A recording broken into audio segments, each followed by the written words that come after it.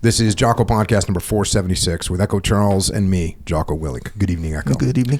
I was a new guy in the SEAL platoon, which means keep your mouth shut, keep your ears open.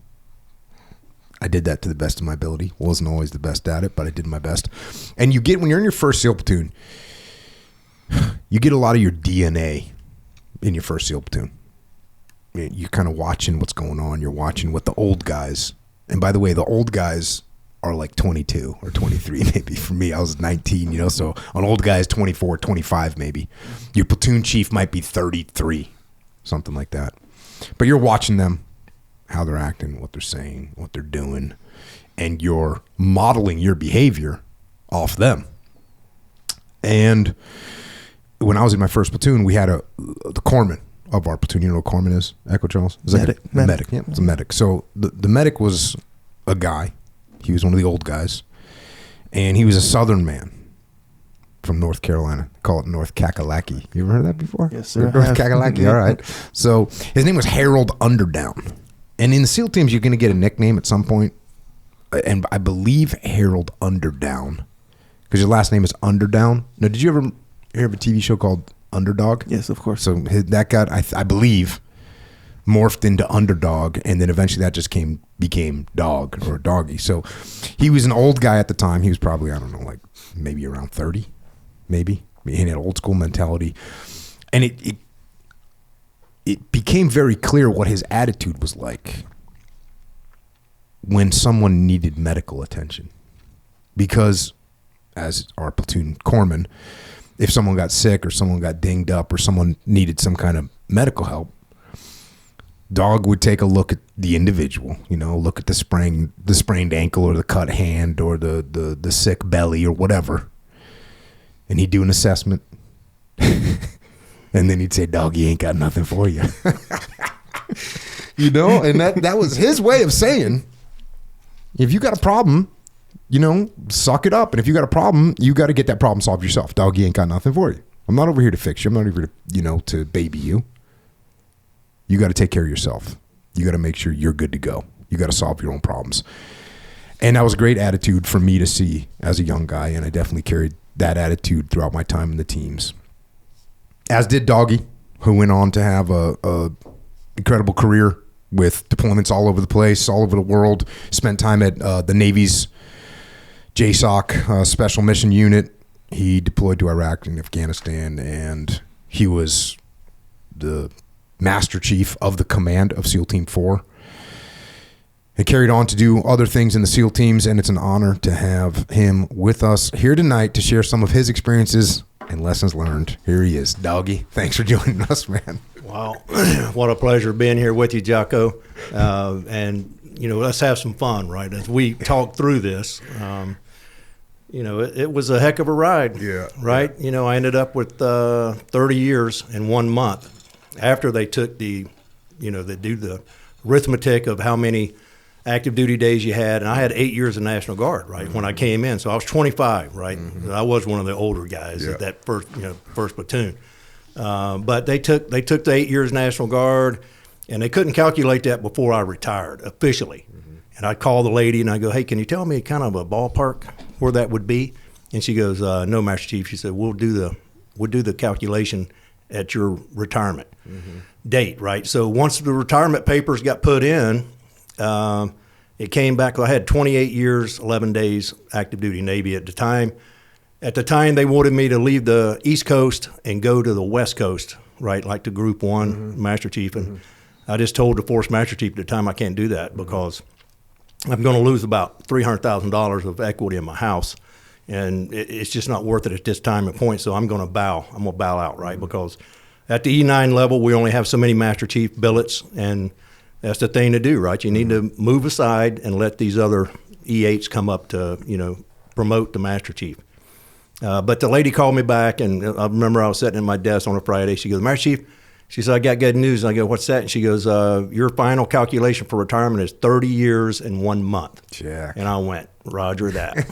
That was great, right? Because, that's a full career, right? So indeed. It was awesome. So let's get to how it started. So you were born down, like I said, down in North Kakalaki. And what was growing up like? What'd your mom and dad do? Mom and dad were, they were great supporters of my brother and I, Mike.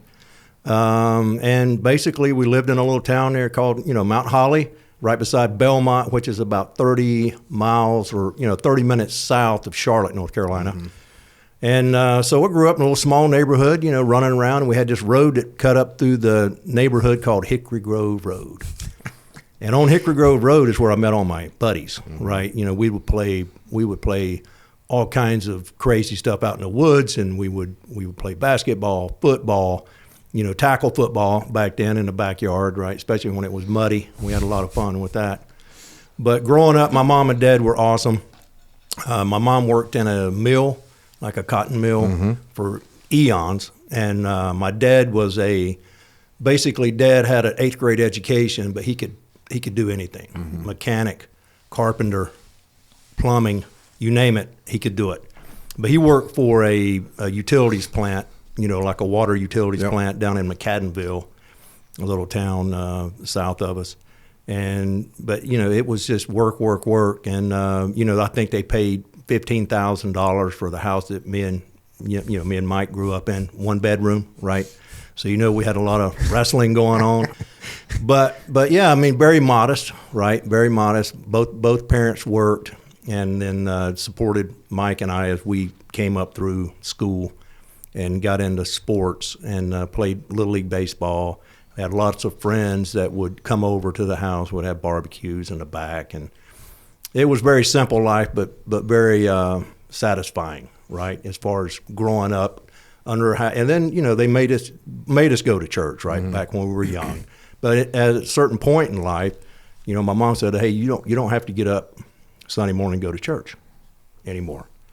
So basically, she just turned the tables on us, right, and said, "I'm not making you go to church, so you make up your mind." And we did, and I've been going to church ever since, right? Because hey, if it's a part of your life, mm-hmm. you're a believer, you jock up and show up, right? Mm-hmm. So I'd jock up on Sundays and go to church. And but mom and dad, they worked their whole adult lives, right? My dad passed about 2 years ago, and my mom's still with us, and she still lives in that little small house there off Hickory Grove Road.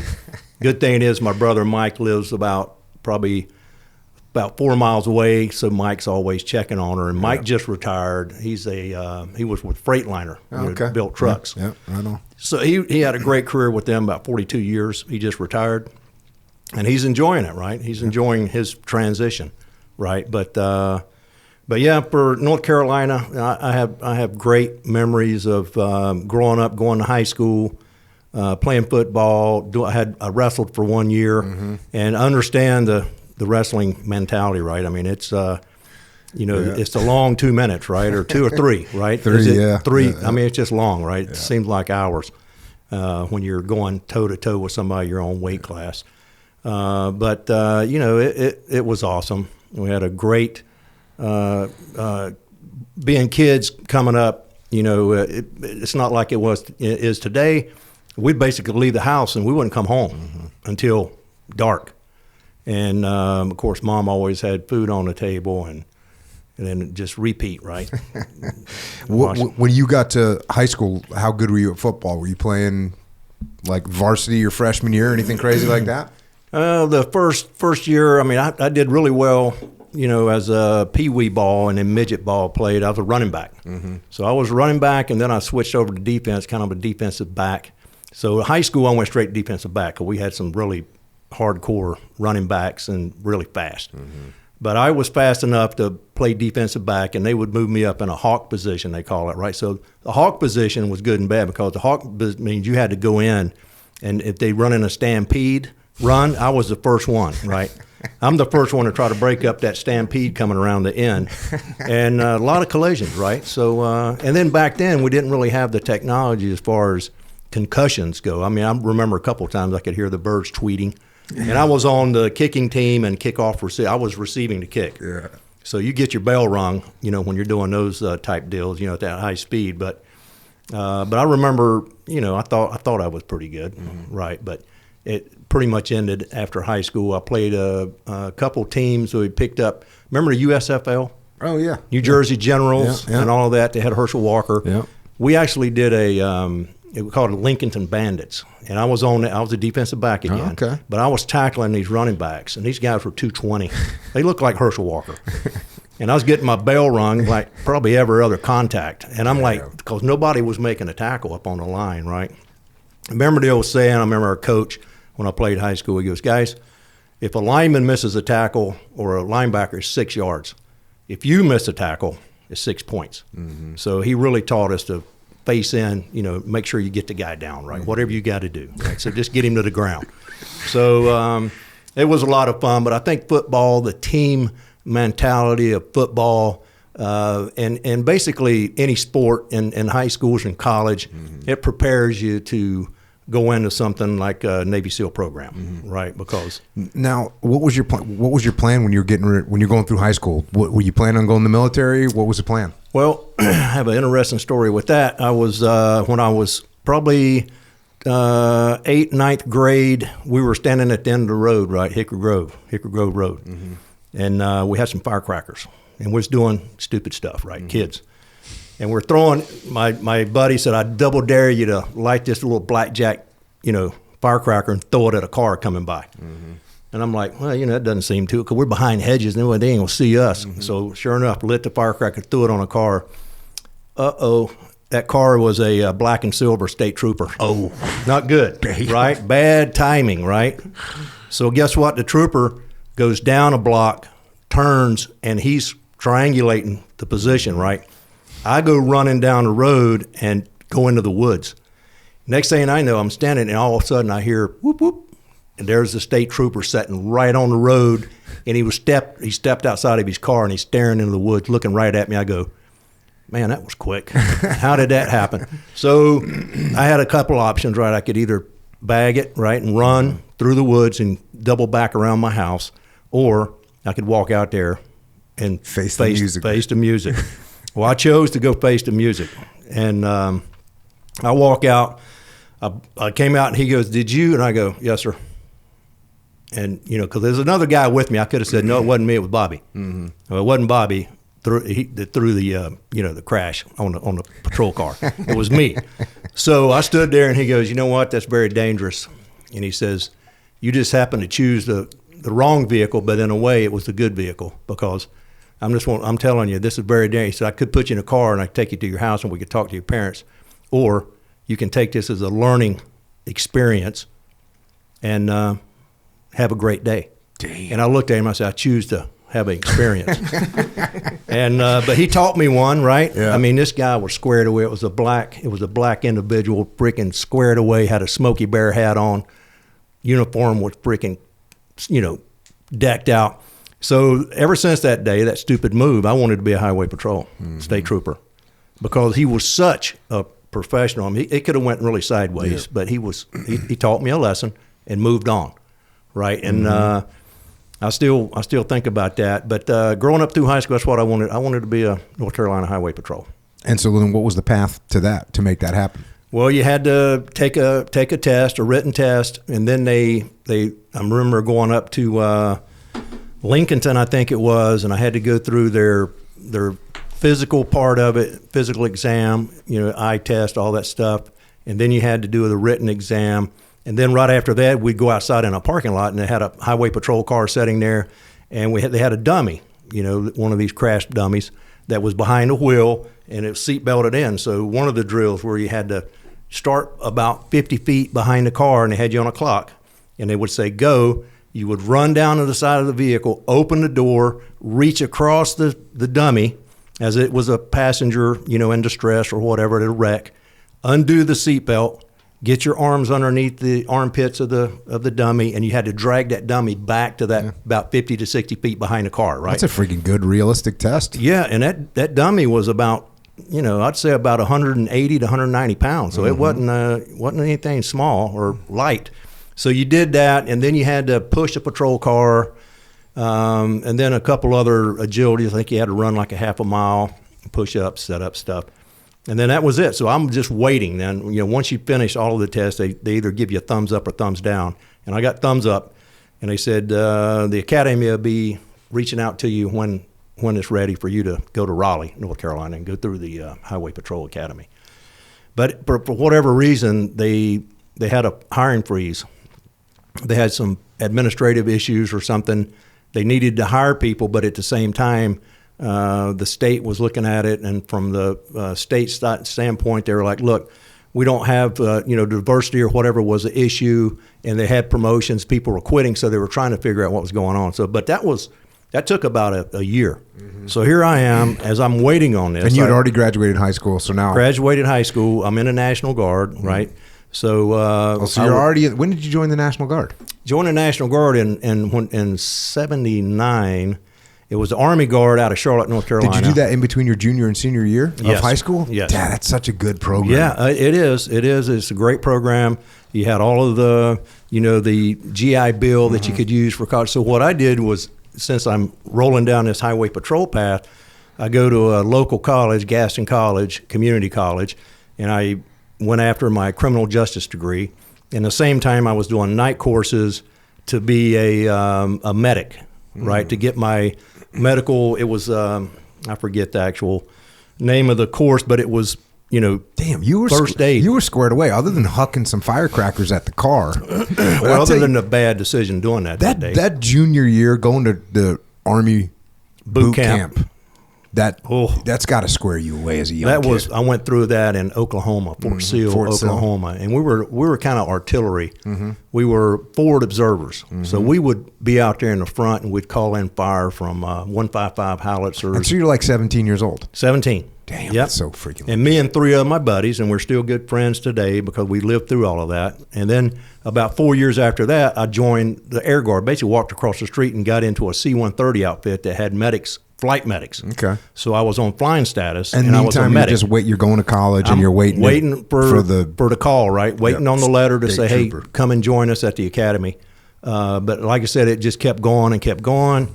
And what's your civilian? Do you have a civilian job at this time? Oh yeah, I was working from 4 in the morning till 8 at UPS. Doing what? Driving, sorting, what? I started out unloading trucks. Then I started loading trucks, and then I was a sorter.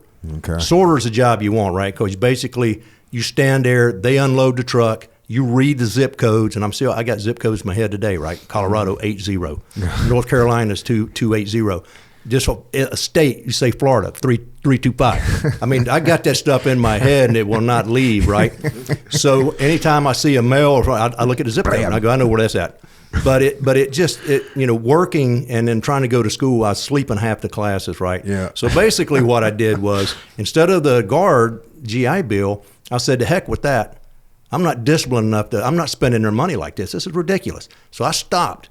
And then I started paying myself for my classes, and I finally made it. But it took me 6 years, right? And remember the saying for that, right? 6 years in college for a 2-year degree, you must be a doctor. Well, no, I'm not a doctor. I am a doc, though, on the corpsman, right? On the corpsman side of it, I'm a doc. But yeah, I mean, so that was some being very patient, waiting on the highway patrol thing, the academy up in Raleigh. And then one Sunday, I remember this like it was yesterday, there was a Parade magazine inside the Sunday paper. The Sunday papers are really thick. And I pulled that little Parade magazine out, and on the front cover of that magazine, it had one of the candidates and buds was climbing underneath the barbed wire. Mm-hmm. And I don't remember that. I don't even know what the name of that obstacle was. I think it was just called the barbed wire. You had to get down on your face, right? And I saw the name was stenciled on his chest. He had a nice haircut, right? High and tight. And I go, you know what? And the caption on the front of that magazine, are the Navy SEALs the toughest men alive? Yeah. So at the time, I had a girlfriend. She wanted to get married, and all I had seen was North Carolina and Oklahoma, and in the Air Guard, I got to go to Germany. So I kind of got the bug. I'm like, man, I like this traveling. The Air Guard, flying on C-130s, and back in the day, 141s when we'd go over across the pond. But I really liked that, and I go, and then when I read that article, I'm like, that's it. I'm done. I'm joining the Navy, because I had two choices at the recruiters, right? I talked to the Army guys about flying Apaches, helicopters. Well, they were going, hey, that's great. We'll get you at Rucker flight school. But before you go to Rucker, we want you to go to Army Ranger School. So I had a Ranger buddy of mine I played football with in high school. And I called him and I go, hey, Jeff, what's the deal with they want me to go to Ranger School before they'll sign me for a flight spot. And he goes, don't do it. He says, they get you in a Ranger battalion, you're not leaving. You're not going to leave for about 4 years or a couple tours. And at the time, I was 24, 25, right? And I'm like, nope, I'm not doing that. Went straight into the Navy and said, hey, I want to be a SEAL. They look at me kind of funny and go, can you swim? And I go, yes. And they went, all right, let's do this. But back then, right, we didn't have contracts, right? Yeah. There was no guarantee. So what you had to do is join the Navy, get a rate, right? I think I was a boatswain mate at the time when I went in, because it's one of those deals where you just get in, they'll assign you a rate. So I was a boatswain mate when I went through boot camp. And then comes to the point where you raise your hand. Do you want to go SEAL, EOD, diver, yeah. All of those communities? And I went, well, I'm signing up for SEAL. Went through the process, and then the next thing you know, you get orders. Did you train, like once you made that decision, did you train any extra? You just freaking was going to be dog. You know what? I just figured, I played football. I was lifting weights a lot. So I was probably a little more muscle than I needed to be if I knew what was coming. If I knew that being a sugar cookie was going to be on a daily basis. Salt water is going to be part of you. And pool too, right? Because I've been in some pool situations where, it rips your heart out. Doesn't it? I mean, when they put towels in your hands and say, do the butterfly, and I go, wait a minute, I can't do the butterfly without towels, right? Well, do the best you can, shut up and jump in the pool, right, and get the towels going. But that was something that was you can't train for that. You know? What year was it? So what year did you join the Navy? 87. May of 87. So at that point in time, I got a letter in the mail. Once I shipped out to boot camp, I got a letter from the Highway Patrol. Damn. But it was a month late, Day right? Late, a dollar short. That's right. No turning back at this point, right? So as I look back on that, I could have been a highway patrolman and then, done a long career, but what would I have seen? I'd have saw North Carolina. I'd have probably moved around to different counties. You got 100 counties in North Carolina.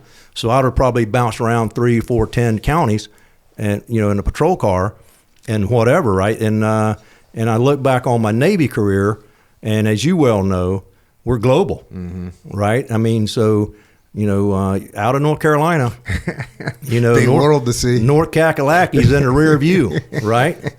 So, but back then though, Jocko, wasn't a lot of talk about Navy SEALs. No. We didn't have any, like it is now, with the movies and all of these series that are out about Navy SEALs, the UBL mission, all of that. And then now it's all like, hey, what did you do? You was a SEAL?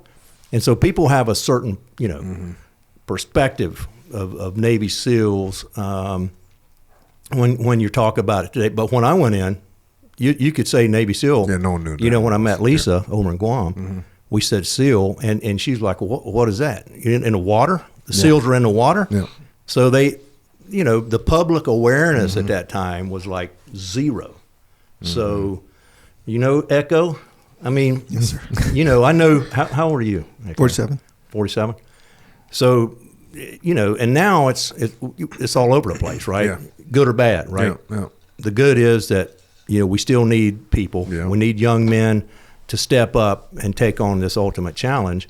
And the bad side of it is we don't want to be looked at as people that are not silent professionals, right? Because, when I was at SEAL Team 1, it was all about being a silent professional, not about beating your chest when you go down to the bars or in Coronado and go, "Hey, I'm a Navy." You didn't say that, right? No. So Team 1 was definitely tight on that stuff.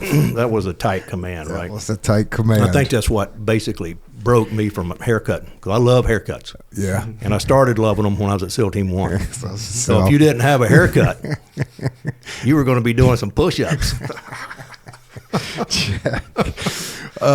When you went to Navy boot camp, how was the contrast like? Because you already had been through Army boot camp, You must have been in Navy boot camp just going, it was a cakewalk. And then I got, since I was 25 when I went through, or 24 at the time, I believe, I was RPOC. Okay. So I'm not sure what RPOC stands for now. It stands for Recruit Chief Petty Officer, and it's still a thing. Yeah. Well, that's what I was, and I had two of the the boot camp instructors that were great guys, and they just basically, hey, you got it, RPOC, I'm leaving. So it's basically about, hey, just making sure people are squaring away their gear, keeping the place clean, and then if we go anywhere, make sure we're accountable and we check out every day, right? And then you when you show up to Bud's finally, what was your first impression of Bud's? Oh, it's a rude awakening, right? And you cross that quarterdeck, because as soon as you cross the quarterdeck, somebody's got you, right? they got eyes on you. It's like this place got cameras all over the place. But them is instructors. Mm-hmm. We had an old Master Chief that was, he was welcome aboard. He says, who are you? Where are you from? Good, right? Go sweep the hallway or go do something menial. Mm-hmm. So it was a awakening, right? And then of course you walk out on a grinder and you see all those helmets, the classes that are in front of you. Mm-hmm. And I was like thinking, what is that? Are those winners? Are there a reason that those helmets are laying on the ground and all lined up perfectly? Yep. Nope, those are not winners. No, those are quitters. They going home. They decided to go home. Did you have any major issues at Bud's? I don't think so. Physically, I held up pretty good because you have to know when to go and know when to hoe, right? And you had to be clandestine when you're hoeing, right? Because you get an instructor seeing you hoeing, and then he's going to turn you into a go-go, right? Mm-hmm. You're going to go to the surf, right? So, but I did have one thing that drown proofing. Mm-hmm. I know you remember drown proofing. I got rolled back on that. Okay. And it was a nightmare, right? They tie your feet together. They tie your hands behind your back, and then they introduce you to the pool, which was about, 20 feet deep on that deep end? Maybe. I think it's 15 feet, 9 feet, and 4 feet. Yeah. So there's no standing on your toesies. Might as well be 100, though. I get ready to say, it might as well be the abyss, right? So doing that, I did it. I would come undone. I would get out of the ropes behind my back somehow. I don't know how I did it. You mean like panicking scenario? Yes. Like you were freaking out? Anxiety. Bad anxiety. And I did that like 3 times in a row. I came out of those ropes, and one instructor said, "You will never come out of this knot." He said, he said, "Get your ass back in the water." So I go back in the water, and I get halfway down the pool. We're doing the dolphin kick. And I came out of them again. And go full Incredible Hulk. So panic mode. So after drinking, felt like half of the swimming pool.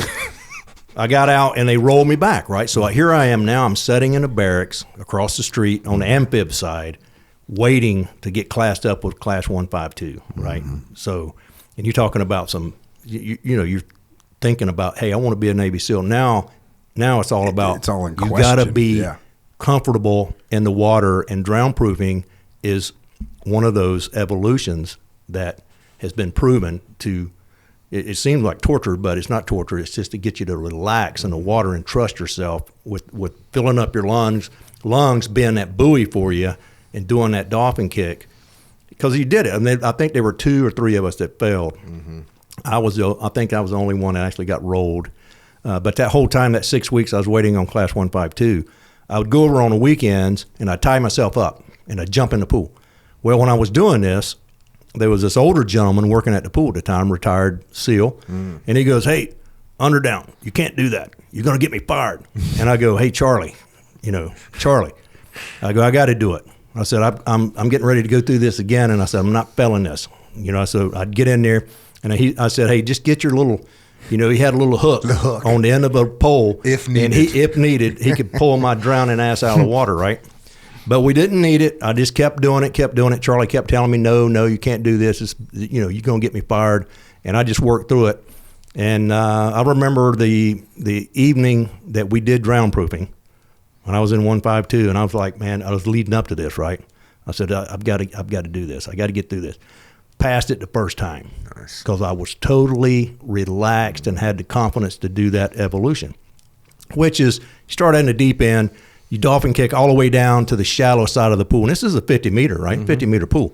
And then you turn around and you come all the way back down, and then you had to do a amount of little ups and downs, right? Yeah. Ups and downs, and then once the instructors are confident that you finished doing what you needed to do, boom, you're out of the pool, you passed. So I passed, and I got out, and I remember we were doing an evolution, and we were down on the steel pier over at Amphib side, right? And we're on our backs, we're doing flutter kicks, and of course, then again, you got your name stenciled across your chest. Was this Hell Week going on? I think it was Hell Week. Steel Pier. Steel Pier is definitely. I mean, that's like part of Hell Week. It was a part of Hell Week, right? And I remember, you may remember this. We had a lieutenant. Thinks it's Thompson, but he had these glasses, mirror glasses, right? He looked like somebody off of the movie of what's Steve McQueen? What's that movie? Shaking the Tree Boss. Yeah, You remember what I'm talking about? Where you eat all those eggs? Classic movie. Yeah. What is it? Well, he looked like that guy. One of the prison failure to communicate. Failure. Yeah. What we have here is a failure to communicate. Well, that guy looked like him, right? He looked like that prison guard, and he says Underdown, and he's looking right down at me with them glasses, and I look up at him and I go, oh, here's LT. He says, get up. So I stand up, and he goes, come up here. He says, put the blanket on. I go, I don't need a blanket.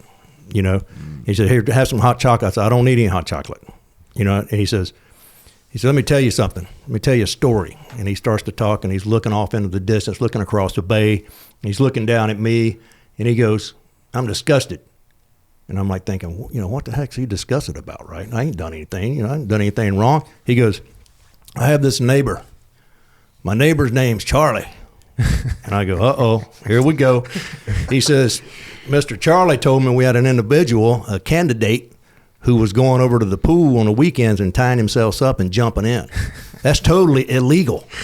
You cannot do that. Charlie may lose his job. He says, do you know what I'm talking about? And I look up at him, I go, yes, sir. And he says, guess what? And I go, what? And he goes, I like it.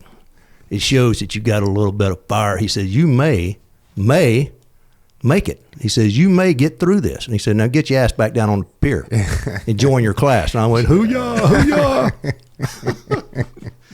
Good times. But that was scary, right? And they would always do that, right? Where they're blowing smoke, they're smoking cigars and blowing smoke in your face and telling you, in the unlikely event, until the day you make it. Like when you're getting ready to graduate, when you're lining up, they're like, well, hey, in the unlikely event that you graduate today, you're going to have this admin stuff done by the afternoon. I'm like, what else are these people going to do to me? Yeah. It's scary, though. Like, I failed pool comp. And when I failed pool comp, like, all of a sudden, because you're on track, you think you're going to make it, You get fail pool comp, and it's like, oh, my entire life, everything that I want in my life is like at jeopardy. It's a nightmare. It's a lot of pressure. Like it's like crazy pressure. And you put it on yourself too, right? Oh, 100%. Because once you fail something, and I talk to young men today that want to be a SEAL. You can't really prepare them for what they're going to go through. It's like a buzzsaw, right? Yeah.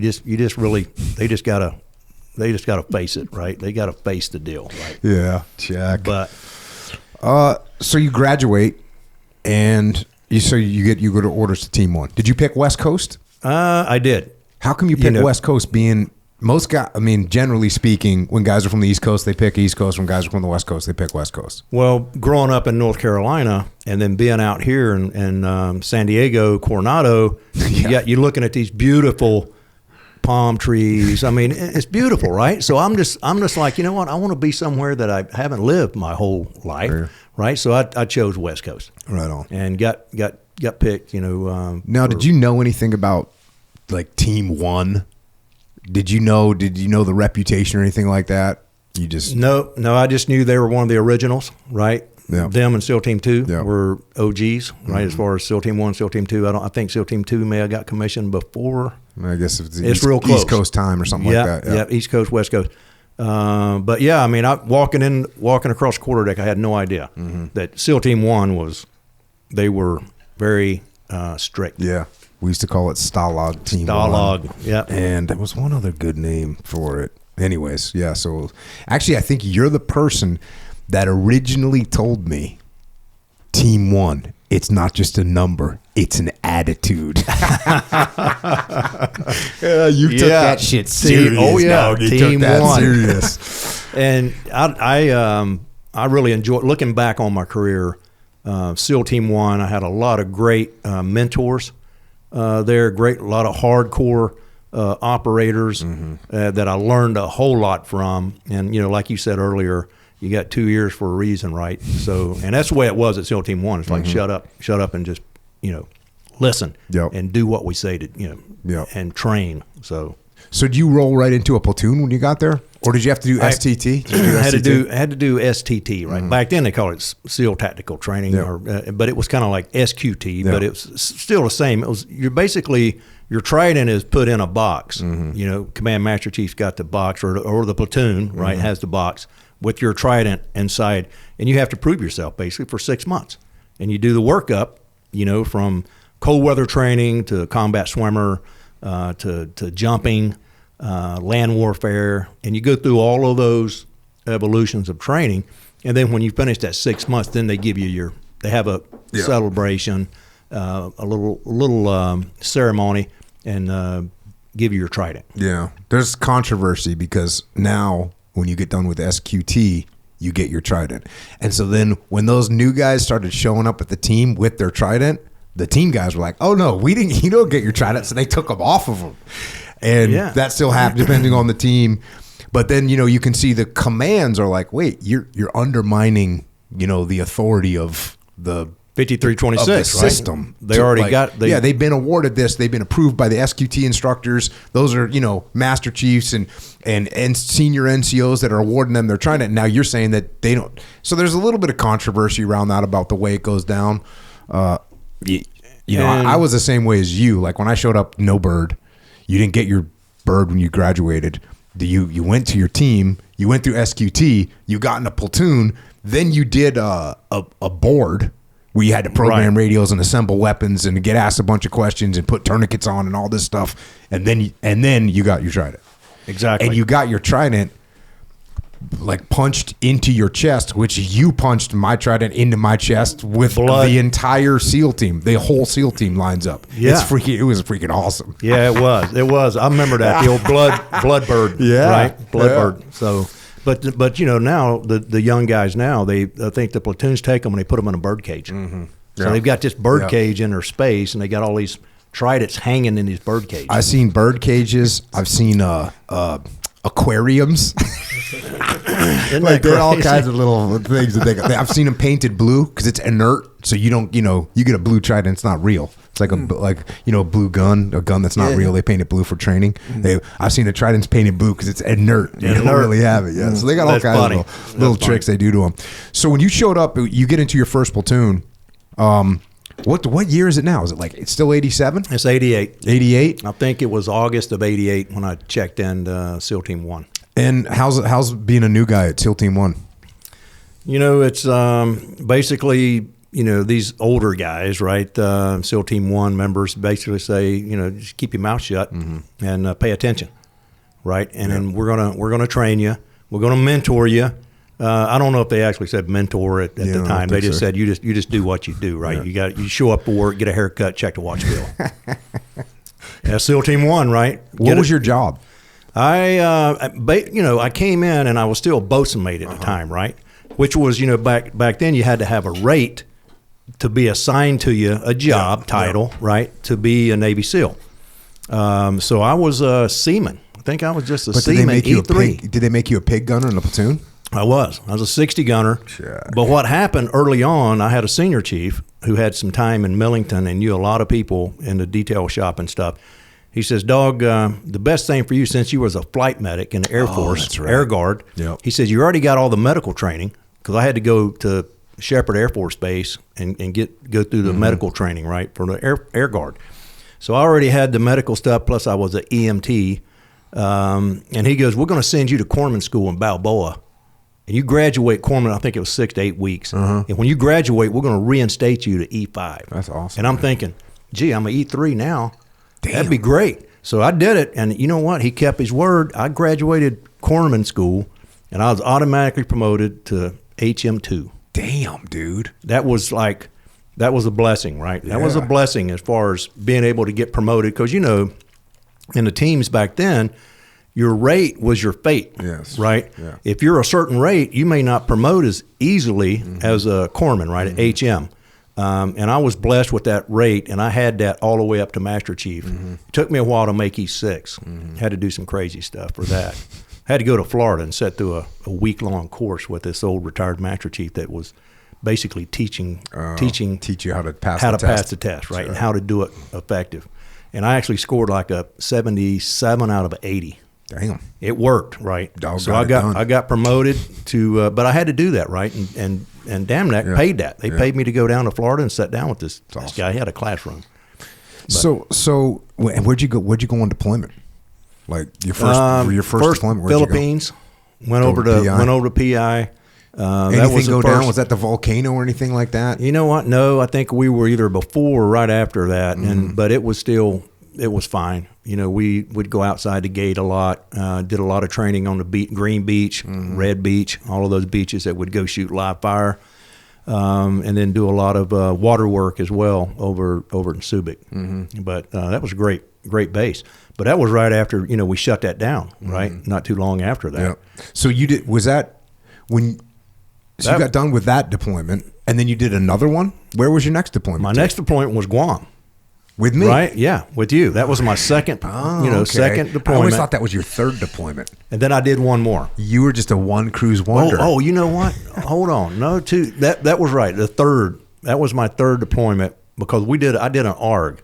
Got it. Right? Okay, that makes so they sense. needed a corpsman, so I joined the ARG platoon, and basically I did back-to-backs, right? And then that's when I met you when we did that third deployment over to Guam, right? Because I screened for Damnack and went back to Virginia. So one thing I was thinking about when you were talking about that police officer that like basically taught you a lesson was cool to you, I was thinking about when you were, when I was a new guy, and look, I was about as, a new guy as a new guy could get, dude. I was freaking 20 years old and young, dumb, and full of motivation, as they say. Oh yeah. And what I remember about you though is like you weren't like you were trying to like help us new guys be better. You weren't just like you said, hey, let me show you how to do this. Hey, here's something to think about. You were truly like, again, you didn't use the word mentor, but you were actually trying to get us good at being frogmen.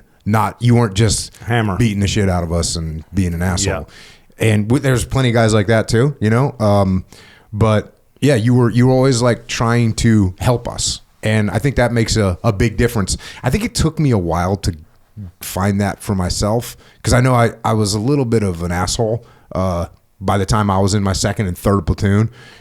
Myself and my running mates and a bunch of guys that were in that platoon with us, we were definitely hard, probably too hard on some of the guys. But, as I got a little bit older, I realized, oh yeah, if you want these guys to be good SEALs, you should be helping them.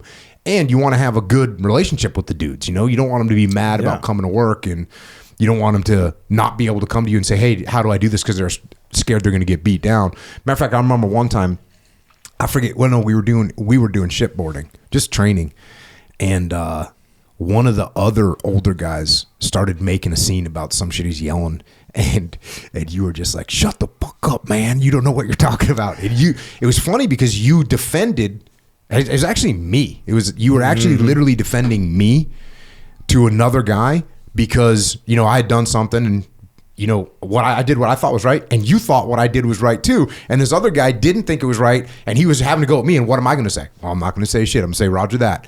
But then you stepped in and I was like, Doggy just put out the word right there. He's looking out for his boy over here. Yeah, well, that's part of being a platoon, right? We take care of each other. But if we see somebody, they always said, we're only as fast as our slowest man, right? So we always had to work to make sure that slowest man understood that he had to perform, right? You got to get up here, right? Because you're slowing down this whole train, right? Yeah, that's wild. Just how platoons come together and how you just so damn. You're so engaged in being in a platoon. It's just such an awesome place to be, and you're trying to do a good job. And it doesn't matter where you are. I mean, I went everything from the new guy to the platoon commander to tasking commander. Doesn't matter. Like, you're still trying to do the best you can possibly do that whole freaking time. Which is, and we were talking here before the show about your reputation. And I think there's no place like the SEAL teams when it comes to you are graded on your reputation, right? Especially when it comes time for you to get orders and you go to another SEAL team, all those people at that SEAL team want to know, can he pull his weight, right? And they get plenty of intel, right? It's just word of mouth, right? Your reputation is going to precede you, and it's just very important. And it's the same in business, right? It's the same in business life as we transition out of the military. Your reputation speaks for itself, right? So, And we had, like, that platoon that we were in, dude, I mean, we was a pretty wild platoon. We had some wild dudes in there. I mean, I was wild as hell. I would say I got wild as hell because I wasn't old enough to drink when I got in there. I was a kid. And then we went on deployment. And it was interesting because you mentioned that the Philippines had shut down. So we were the first platoon to deploy straight to Guam. Like, we didn't, because I think the platoons before us deployed to the Philippines and then they left and went to Guam. We deployed straight to Guam. And there was a lot of people, look, the Philippines was like a great place for guys to go, and a lot of guys loved the Philippines, and guys would get stationed there and they do multiple deployments over there. And we got sent straight to Guam, and there was a lot of people that were pissed. They didn't want to be in Guam. They wanted to go to the Philippines. I didn't know any better. And some of the other old guys, like from other platoons or other teams, they're so mad. Like, they were literally mad, like, I can't believe we're here. This sucks. Meanwhile, Guam is like a tropical paradise island. There's surfing. There's a sick gym. You're getting per diem. There's, like, we're young. There's bars to go, and there's women there. It's like kind of an awesome place. And so I'm like, some of the older guys from some of the other guys were mad. I'd be like walking out with my roommate. We'd be like walking out to go out, and they'd be like, where are you guys going? I go, going out. And they're like, oh, this place sucks. And I'm like, okay. Yeah, if you're sitting in the barracks, right? If you're sitting in the barracks, it does. It does suck. Remember, they got the blue hole there too, right? Remember the diving? Yeah. The blue hole. That place, that's unbelievable. Yeah, they have this blue hole. Like, you can swim down to it. It's 65 feet. I remember we had one of the officers that worked there was like a swim guy from the Naval Academy. And so we all went out to the blue hole, and he swam down to the top of the blue hole, which was 65 feet. And he just like sat on the edge of it and looked up and waved, and then came back up, all chill. So I was like, of course, I go, okay, now I got to do this, right? And bro, I went down there. That's deep. And I tried to try as hard as I could to look cool. Well, you look down that hole, and it looks like something that's like a laser cut a circle. It looked like a drum, right? And it had that arch on the front of it. And then it opened up to the ocean. But on the other, when you got down to that bottom, it was 150, I think, about 150 feet down. We did a bounce dive down there. You can climb over the edge and look down, and that's all you had time to do because you have to go back up, right? On your stops going back up to atmosphere 66 and 33. But when we were down there, I climbed out over the edge of that cliff and looked down. That's Marianas Trench. That's the Marianas Trench, like 30,000 feet That water deep. Went navy blue to black. Yep. That was scary. That was a little scary. So that's Guam. Like, you got all this cool stuff going on, and we did like one trip as a platoon, and then we didn't do any more trips, and that was very early in our deployment. And so then we were just in Guam. So like, we'd go shooting, but you can only there's only so much stuff that you can do. You run through all your ammo. Now what are you going to do? Okay, we'll go jumping. Cool. There's no helicopters. Like, at a certain point, there's only so much you can do. And then what are you going to do? Well, you're a bunch of freaking frogmen hanging out at Tumon Bay. Yeah, there's beaches, there's bars on the beach, which is that's not a good ingredients for seals when they cut us loose. It's either not a good ingredients or it's the best ingredients when you're 21 years old or 20 years old. And so that's what we were doing. And that's where you met your wife. I met Lisa on the beach down at the beach we'd always go to, right? And she was down there throwing football. With this other girl. I think she was stationed on the submarine tender. So her and Lisa hang. That's when Lisa goes, well, who's SEALs? What? And the girl goes, well, the SEALs are here. And Lisa's like looking around going, where are they at? I don't see any in the water, right? And she goes, no, I'm talking about the Navy SEALs, these guys. they always, would take over, right? As soon as we hit the beach, you would plant a flag and go, this is it. And I remember when you met Lisa, just how, dude, you were hook, line, and sinker. You were done training, bro. Yeah, it was game over for you. And Yeah. she was a knockout, and she was we all knew immediately she was a Seattle Seahawks cheerleader, and she was a badass chick. And all of a sudden, Doggy's he's just freaking hook, line, and sinker. Done training. Doggone. Oh, classic stuff, man. Yeah, that was something else. Met Lisa, and I remember I ended up, as we left, of course, Lisa went back to Seattle after our deployment finished. I think it was in July, because I remember having the July the 4th twice, right? And then, of course, Lisa was pregnant, so she went home off the work site there. She was working with her two brothers who were doing stucco work in Guam. They had contracts on both the commercial side, and then they were looking at getting some Navy housing contracts. So they were full on busy. And so Lisa went back. I ended up flying back from Guam as we went back to SEAL Team 1. And I remember it was crazy because we flew across the date line, right? So we celebrated the 4th of July in Guam. I went back to San Diego and did it again. Let's do it again. Do 4th of July one more time. And but we got married shortly after that, and then that's when I got orders to go to Dev Group. So Lisa and Lisa's dad and I drove our 4Runner, and we had a Nissan Pathfinder. Lisa had that over there. So we drove that bad boy across country in a U-Haul, Yeah. And then we were pulling one vehicle, and then we'd drive the 4Runner. And so what, now it's like 1993? 94. 94. I checked in at Dev Group January of 94. And you had already screened for that, I guess, prior to us going on deployment. So now you're out there going through selection in 94. And how was selection? Oh, it was another kick in the jimmy, right? Just like anything else, right? As soon as you think you got to a point, I was a HM2 at the time. Check in the damn neck, same thing. Shut your mouth. You guys we're supposed to be door kickers, right? They brought in, I think there was 22 of us, 21, and we all check in. And when Master Chief came up in the classroom, he says, "Guys, so I got good news and bad news." And we're like, "What's that?" And he goes, "Good news is you're at this command, Tier 1 command." He goes, "Bad news is you're not going to be door kickers. You're going to boats." So we were the first time that they'd pushed that many SEALs in the gray team, right? Into the gray team where we have the 40-foot, 8 sacks, go fast boats. And they asked the question at the screen, at the interview. They said, "Do you like boats?" I went, "I love boats." I mean, what are you going to tell them? I don't like boats, because you don't like boats. Guess what? You're not going to get ordered. You're not going to get orders. So I really did. I really liked boats, and I had a great time in those boats. And then they sent us all to Florida for a 2-week course, U.S. Coast Guard captain license. That's awesome. So we were all U.S. Coast Guard 100-ton near coastal captain license, which is pretty awesome. It's a great certificate to have.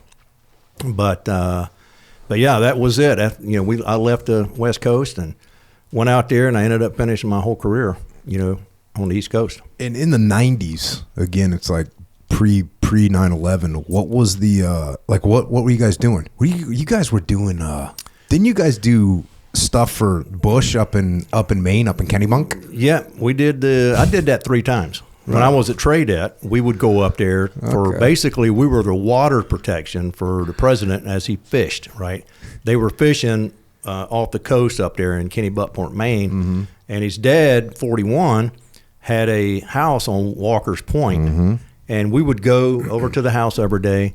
And they had these Segways. They just came out, these Segways, and they were riding these Segways around.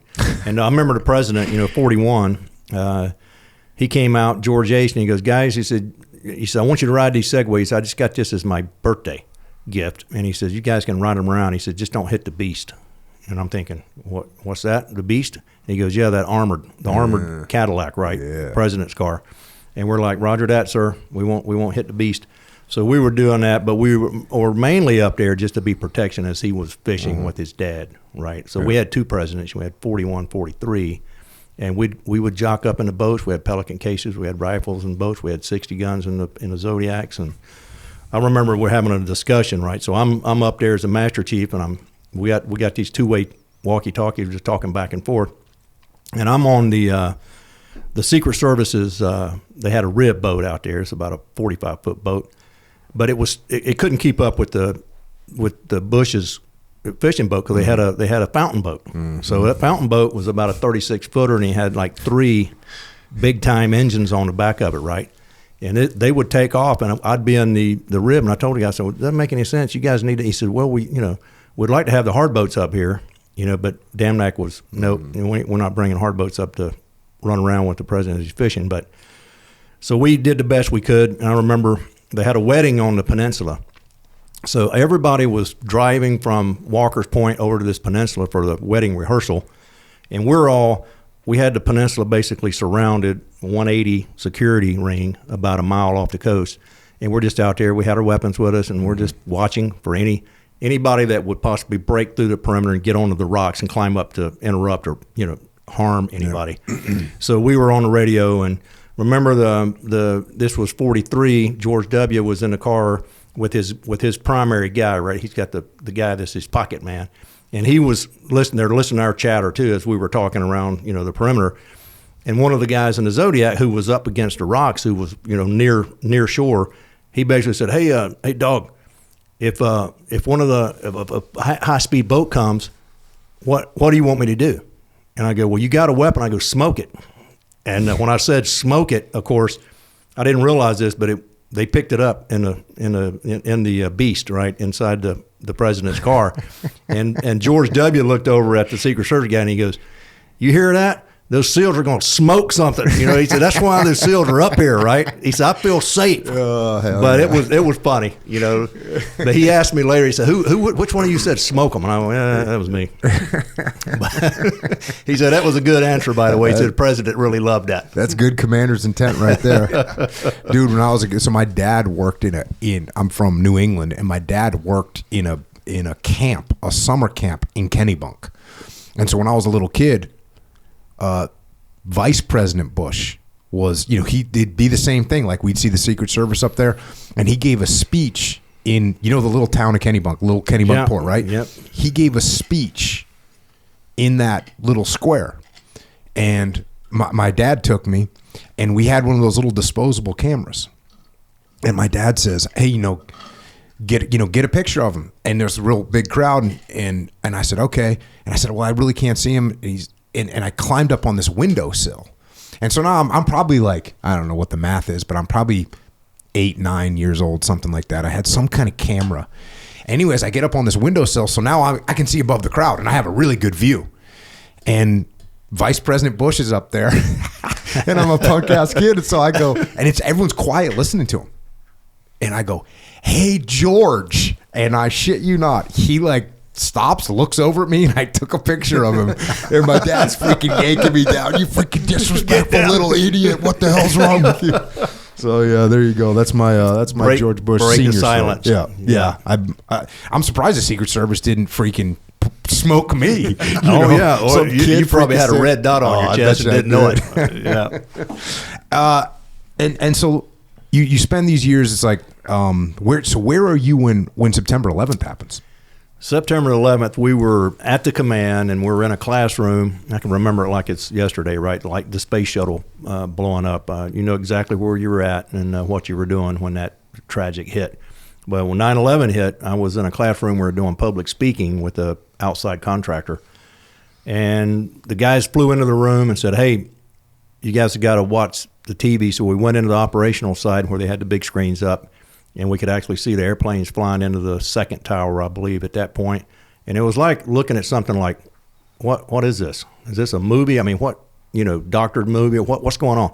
And then we, sadly come to the realization that it was real and that both of those buildings were struck by airplanes. And then the other one that went after the Pentagon, I think, hit the Pentagon. And then they say the one that went down in the field in PA was targeted for the White House, right? It was going to hit. I mean, it was just really bad. And of course, we went straight through the ceiling as far as spin up goes, and we kicked all of the contractors had to leave and all of that, and went on lockdown, and then we started getting briefs right away. And I think we had boots on the ground within probably 2 weeks, in Afghanistan when that went down. And where were you in all this? Well, I was still gold, right? I was gold team. So we were second. We were standby, right? So they sent, I think it was blue team initially went out the door for that mission to hunt these guys down. And we were just on standby to standby, right? We already had everything, all of our bags were packed. We're the flyaway package, right? So we could go anywhere at any time.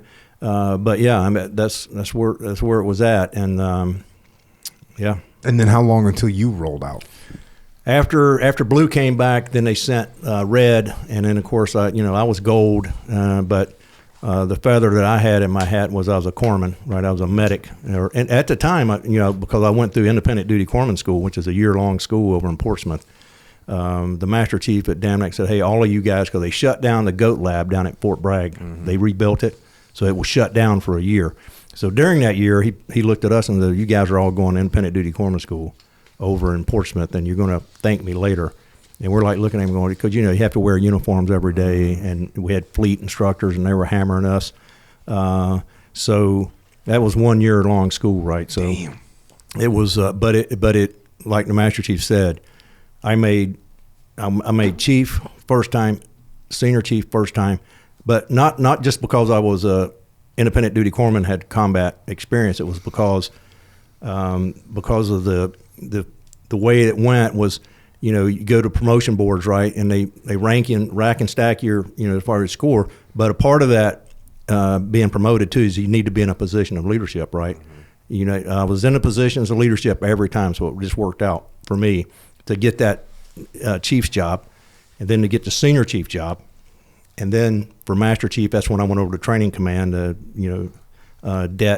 East Coast, trade det. And that's when I picked up master chief, the first time. But yet, as I look back at the career, it was because I was in those positions of leadership that helped me to get promoted. And also been to 3 promotion boards, right? As a master chief sitting on a promotion board, you really appreciate the process that we go through. Reading records, we show up at 7:30 in the morning and we don't stop until 5. That's all day long looking at a computer screen, reading people's records, right? Because if I'm grading out Jocko, I'm looking 5 years behind you. And then it brings me all the way to the point where you're up for promotion and we have to make the decision. And we rack and stack it, and the computer does it for us. After we grade you paper, you have 5 master chiefs and an officer on the board, and probably 7 of us total. And then once we rack and stack you, the computer does the math for us, and it builds a ladder. And you get to the final part, say we got 80 chiefs to promote. We get down to 79, 80, 81, and then they start asking questions like, well, why isn't candidate 81 not 80? And why are you going to stop at 80 and promote 80 chiefs or promote 40 senior chiefs, or the numbers go down, right, as you go up? Yeah. And why is, you're promoting 20 master chiefs? How do you do that? And then we have to stop what we're doing. After we build a ladder out, we've got our top 20. Now they start asking questions. How about number 18? Is 18 better than 20? Is 20 better? So it just goes back and forth. But as we build a ladder, that ladder stands on its own, right? We've already did the work. We did the hard work of ranking them, racking and stacking them, and then it's all that. But that's just another education. As you move into the leadership side of your career, you get opportunities to do that, and we call that doing big Navy work.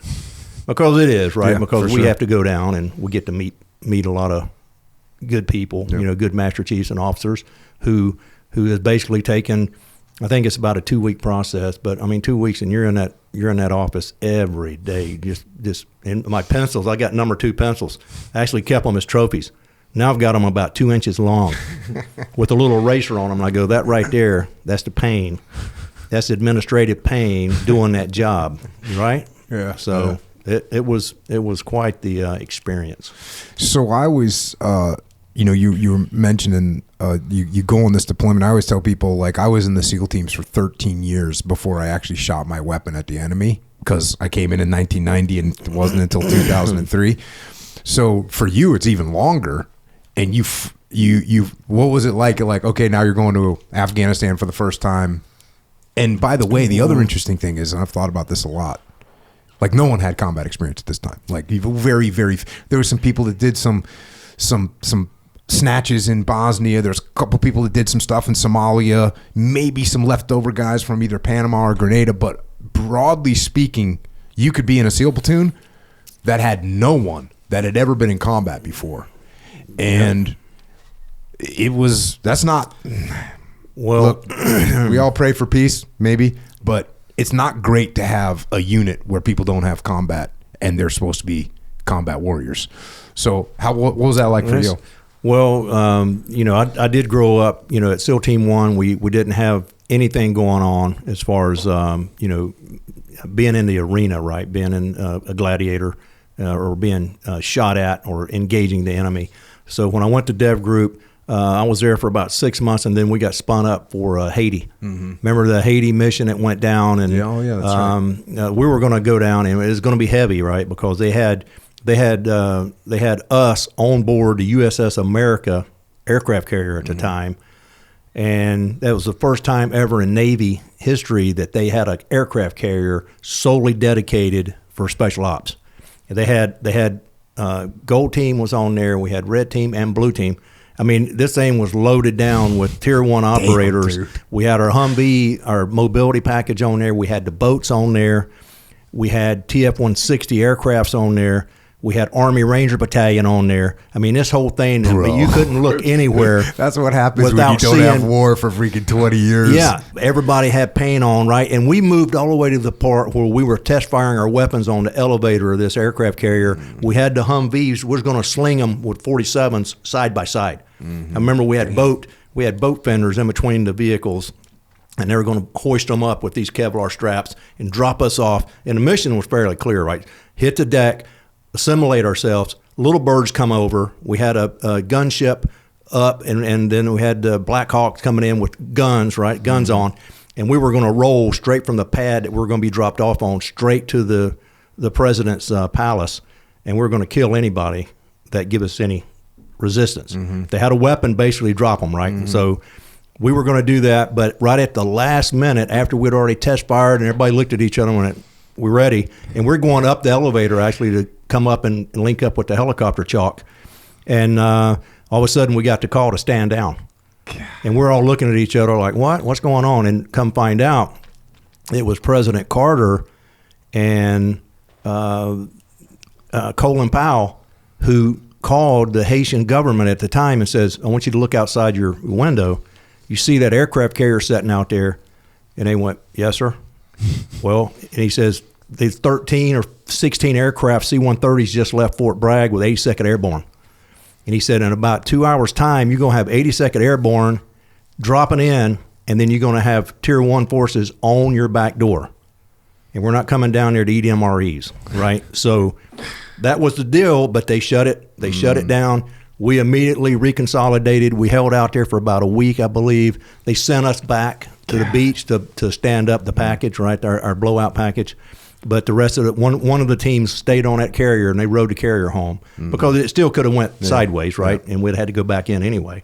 But it didn't. The government kept to their word. But, Haiti's just it's a bad place. Yeah. And then, but so that's really the closest you got prior to 9/11? No, yep. No, other than test firing our weapons, we didn't see anything with that. And then when 9/11 hit, that's when we rolled over and took Blue Team's spot. And it was 100 days. I think we did 100 days in the theater, but it was busy. Mm-hmm. So, I got on. I remember sending back a high side email to my buddies back at Gold Team. And I said, hey, life is good on a two-way rifle range. Because really, that was the first time I'd been shot at, doing these missions, because they would hear the helicopters coming in and they would run. So we would have to chase the squirters. And we were on the outside, great team. They used us for outside security. Assault force would blow the walls, the adobe walls. And then they would go inside and looking for this deck of cards of people we were looking for, the bomb makers and the bad guys. So the outside, we got busy outside, right? We had some squirters running around trying to contact us, so we'd light them up. Then we had a gunship above us with a Predator. I mean, the sky was stacked up, right? Fast movers up top. But that kind of opens your eyes to all of the training that we do in a SEAL team. It's really amazing because when I hit the ground, when I rolled out of the back of the helicopter, I picked up a position on my knee, and there was two guys, fairly close, right, running away from me. And I could tell one of them had a weapon, but I had an opportunity there to shoot somebody.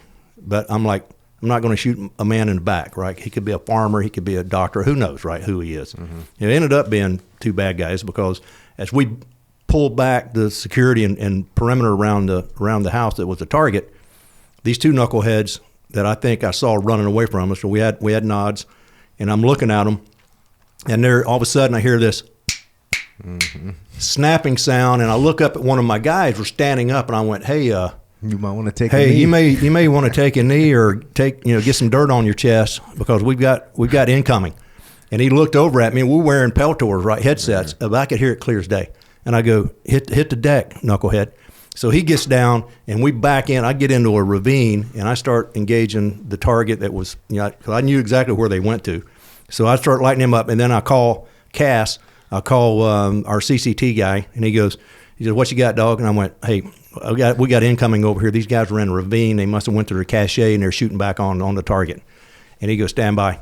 And he had Hammer, the gunship upstairs, and all of a sudden you saw all this heavy, I think they were 105 rounds. Damn. Coming down. To the 105s. They're coming down in that ravine. And early in the war, bro. We get that chance to clear out those 105s. It's coming in hot, boy. 105s and 40 Mike. Oh, hell yeah. They were doing, then you could hear the minigun too. Yeah. It would wind up.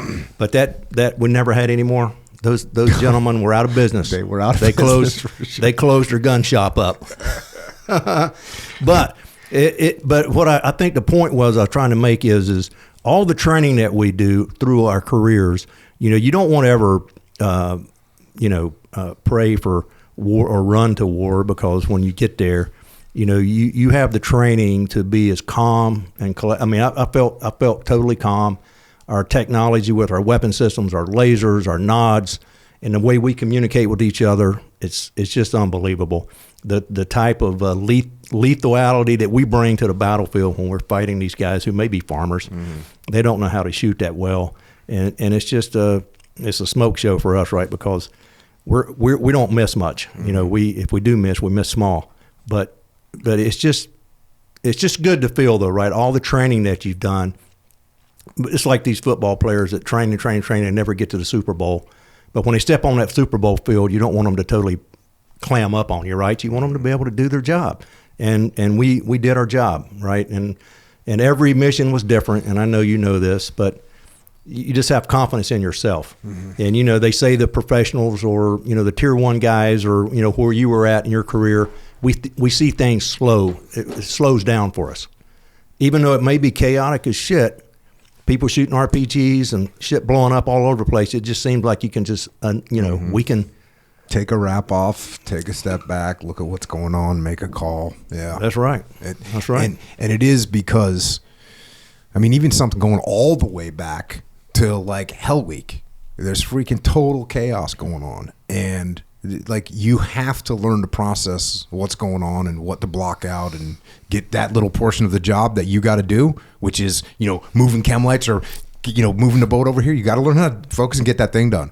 And then you just get fast forwarded. That gets expanded on as you go through training, you go through workup. It's the same thing that's going on in workup. You got freaking explosions. The TRADEC guys are putting gas bombs all over the place. There's artillery chaos. Sims going off, and they're down men, and it's total chaos. And you learn to, okay, cool, what I got to do now? Well, getting back, and I want to say this real quick before we get going. And we mentioned our wives. I just want to put a thank you out to my wife, Lisa, who stuck by my side during all these deployments, and I remember like it was yesterday when I got the call that I was going to go with Red Team, right? When the Master Chief said, "Hey, dog, go, I want you to be an E5." And I'm like, "Hey, that's good. I like that. I like being a good E5 because that means the leadership is taken away from me. I just need to be a 60 gunner or a sniper or a medic all the time, of course, but I'm going to go do that. I'm going to do it well."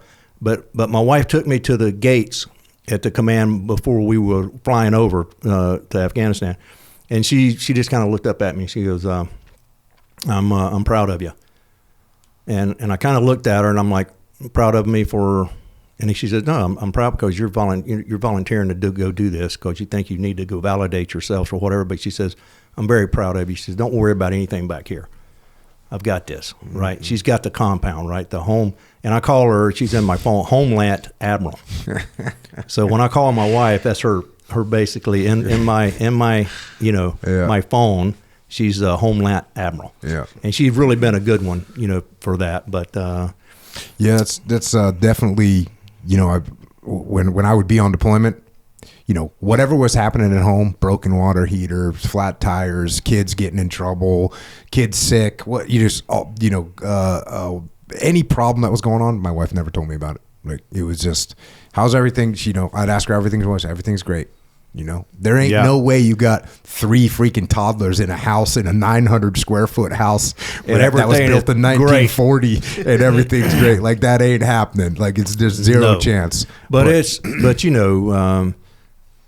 Bravo Zulu, good job for them to be able to allow us to step away and not have to worry, because you don't need to worry about that stuff, right? We got enough on it. I mean, I've had that situation happen. Was over in the Philippines on a deployment, and I was walking home from being outside the gate, and I came up the backside stairwell, and I walk up, and I hear somebody chattering. And this is like 2 a.m, right?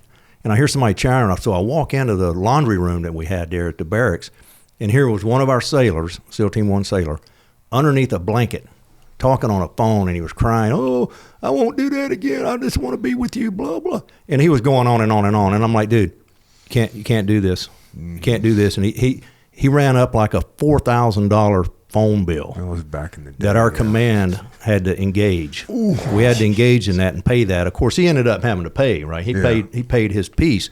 $4,000 phone bill from talking from Philippines back to San Diego to his girlfriend or his wife. And I'm like, dude, you can't do that. No. You need to be locked in to what we're doing over here. Mm-hmm. You can't just tell her you love her. We'll be home in 5 months or whatever it was. Yeah.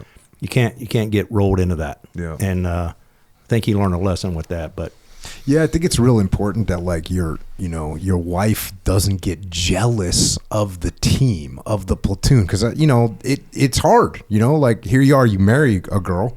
And then you go, yeah, by the way, I'm married to you, but I'm going to spend all my time with these dudes over here. Exactly. And when you call, I might answer. When they call, I will answer. Like, when your work calls, you answer the phone. If you're at work and your wife calls, you may not be able to answer it. So they got to have a certain level of emotional independence, and also just like being a stable person, confident person that knows, okay, well, you do what you got to do, and I'll be over here doing. I got the home front on lockdown. Exactly, and that just gives us the ability to just totally focus on what our mission is, mm-hmm. because any given night, right, we step out the door, we don't know if we're, but that never cross. I wouldn't let that doubt in my mind at all. I'd just like, hey, let's go kick ass on target, mm-hmm. and let's come home and repeat, mm-hmm. right? Get the intel, go back out, find it, fix it, finish. Right, and we're the finishers, so we got to get back out there. So, and then what'd you do after you got back from that deployment? I got back after that deployment. Basically, I already strapped in with orders, right? So I ended up having to execute those orders to trade at. Okay, so you went to trade at. Because back then it was like, look, we've got to get these Tier 1 guys to come out of the Tier 1, because I was already there for 8 years. Mm-hmm. So it's time to start rolling some of this subject matter expertise that we have. And fortunately for me, I got that 100 days on the ground running operations and mm-hmm. combat experience to go now teach the young SEALs. And I was the senior chief in charge of assaults. Perfect.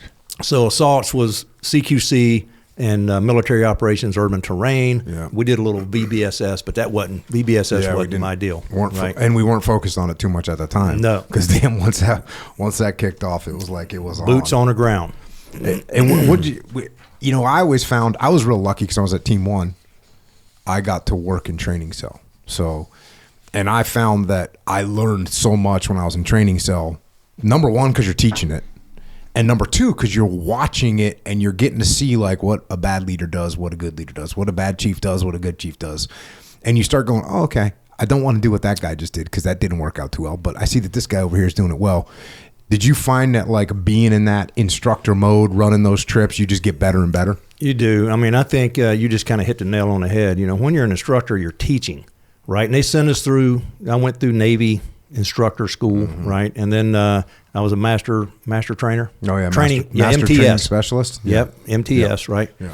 So I got that, but you're right. When you're teaching something, I went through sniper school. Then I was a sniper instructor. But when you're a sniper instructor, you really get to take, because you know what the stresses are. The stresses with the crawls you have to do, the stalking, the shooting aspect of it, and you're there to help people, right? You're watching people, and lots of times we have these civilian shooters come in and teach us, and but we're just passing that information on, right? But from our standpoint, we're just trying to make sure, looking into a person, go, hey, does he have the field crafts? Now he's a good shooter, but now can he take that being a good shooter and move into the stalking side of the house, which means you got to learn how you can basically crawl to a target within 300 yards or meters, and then be able to make the shot, right, without getting caught. And we're looking at you through a spotting scope. So even with the ghillie suits on and stuff, you get rolled out on a pool table. We used to call it pool table, because you'd get out on a piece of ground that you didn't have any vegetation. So you look like a polar bear basically climbing across a flat deck with a ghillie suit on, right? We're going to catch you, right? We see you. So we get the walkers over there, pat you on the head and go, hey, you got to do better than that. So we'd send them back to restart. But it's all time too, right? You only have like 3 hours to make the shot. So yeah, that was fun. That SEAL sniper school is no joke. That's a freaking great school. Yeah. And then as you're running trade at, what's going on with your career? Did you make Master Chief when you got there, you said? I did. I made, once I checked in at trade ed, I was a senior chief in charge of assault sales. So I had a warrant officer that was working with me, and we got another chief from Damnac to come over and help. But yeah, but checking that block, being that senior chief for that training command, being a trainer is another avenue that you need to really come off the SEAL team, right? Quit being an E5 shooter and go do some of these jobs that we need you to go do, right? And then when you do those jobs, though, you get rewarded for it, and that's when I made Master Chief. Then I got selected to go to the Command Master Chief Cobb training course up in Rhode Island. And how long is that? That's about, I don't know whether it's 2 to 6 weeks, but it's that's where you learn all the resources that the big Navy has. For you to be a Command Master Chief, you have to be able to deal with these young sailors and their families. You got to get them resources like through the Navy College. They got all these grants out there that you can help people with. All the plethora of reasons why a sailor would come offline, whether it's self-generated or what. Yep. They give us the resources to help with that. And then, of course, for us, we're very fortunate because we got the Navy SEAL Foundation, who also has a whole lot of resources that they can throw at problems. Yeah, no we doubt. have them. And so you go to that school, and then you go to SEAL Team 4, and now you're the Command Master Chief, which, for anybody that doesn't know what that is at a SEAL team, that's basically that's basically God. Like, when you're a young SEAL and that Command Master Chief, that's the senior enlisted guy. He's the guy that has all the clout, has all the experience, and he's the senior advisor to the commanding officer, and he's really driving the enlisted troops. He's making sure that the right enlisted guys are platoon chiefs. He's making sure the right enlisted guys are leading petty officers. When there's problems, he's the guy that sorts the freaking problems out. He's the guy that's getting the phone call from the police. He's the guy that's getting the phone call from the girlfriends, from the wives. He's the guy that's making things happen. And that's got to be pretty heavy weight when you're rolling into that position. It is, because you're selected by the other Master Chiefs that, at the group level, and Warcom, of course, our top, our Force Master Chief. So they take that very seriously when they assign a Master Chief to be a Command Master Chief. That means you have to go to the Command Master Chief Cobb. Cobb stands for Chief of the Boat. So that's the Cobb. Those guys go to be Cobbs of submarines, right? So that's where you get to CMC Cobb. But it's a great course. And the Cobb on a submarine, same thing. Like, that dude's a god when you go on a freaking on a sub. He's got a lot of experience. And but yeah, as you step into that position, and I stepped into it a little bit early because I actually went downrange with SEAL Team 4 when they were in Iraq, and we were doing that PSD mission, right? So I was kind of a backup. I was incoming. I was the incoming CMC and they already had a CMC at 4, of course. And then all I did on that deployment was I had another Master Chief with me and an officer who was a force protection officer.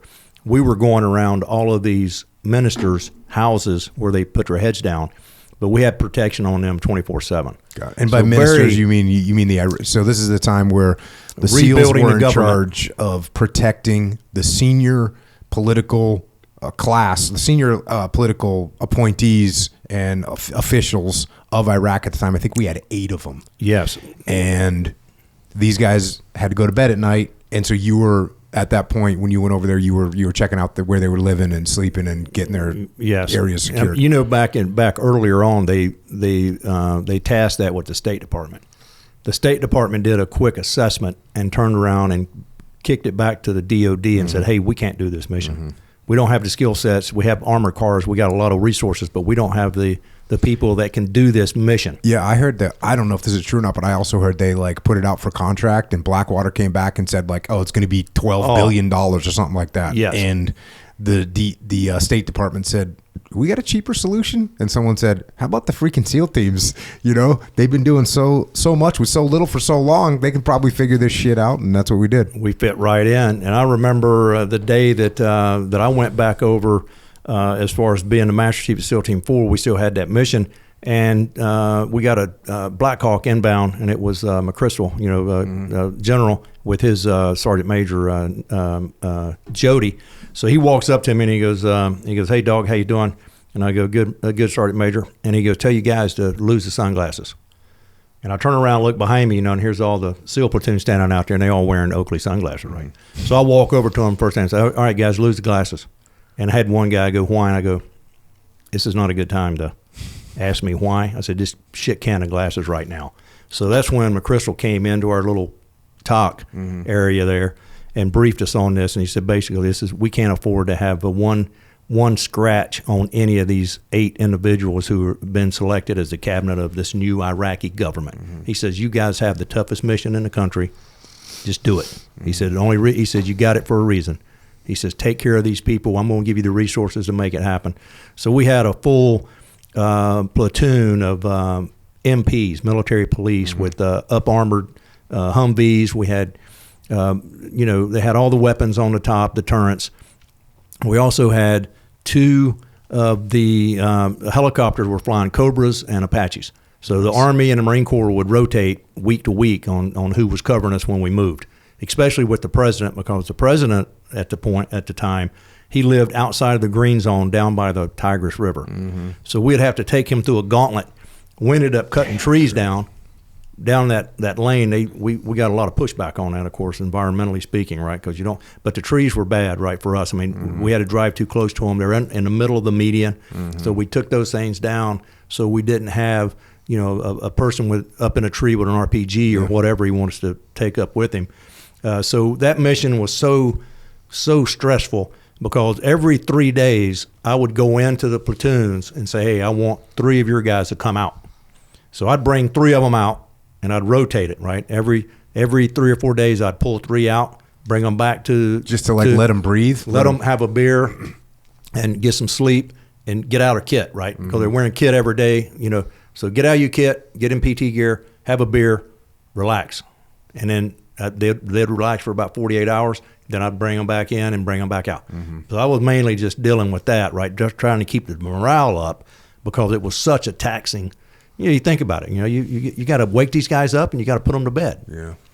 Yeah, and plus you're on defense, which being on defense sucks. Yeah, it does. A frogman wants to be on offense, wants to go out and do the killing, not the waiting to get killed, which is what that job was. That's right. And for them, they got to be right once, right? Yep. We have to be right 100% of the time, which is stressful, right? I mean, it wears you out. And it was amazing looking back that none of those Iraqi officials got killed, and because they got killed before we took over. Several of them were killed. Everybody wanted to kill them. The freaking Sunnis wanted to kill them. The Shia wanted to kill them. They were just like, it was a disaster waiting to happen, and it never happened. Yeah, they had a target on their backs for sure. And did you guys take over for Team 1? Is that who you guys took over for? It may have been 3. Okay, it could have been Team 3 sense. in there, but But the second time I went back for the Master Chief job, we're at BIOP, right? So we're at Baghdad International Airport, and we were doing a lot of because my skipper had a lot of connections in the outside organizations who were tracking the influence from Iran into Iraq, right? They would come in with their proxies and create havoc and then jump back across. So we were trying to mitigate that, and that was kind of it was a crazy thing that we were doing, but lots of intel driven heavy. So I would stay down at the camp at Baghdad where the SEAL team was at, and then the skipper had to go up to up north and run that Iranian influence thing. What year was that?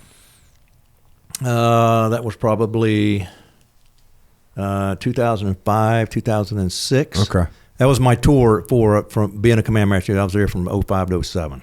Okay. So right on. That was right in that window. You guys, I'm trying to think of, because I was in 03 and 04, I was in Baghdad, and then in 06 I was in Ramadi. And I'm just trying to think of when you guys rotated through. Because we were there with 10. When we were in Ramadi, we were with 10. When I was at Team 7, there was no one else there. Yeah. And eventually the East Coast guys started rolling in. But when you're the Master Chief, you're handling the operational side. What about just when guys do dumb shit? What's that look like? Well, I got a good dumb shit story.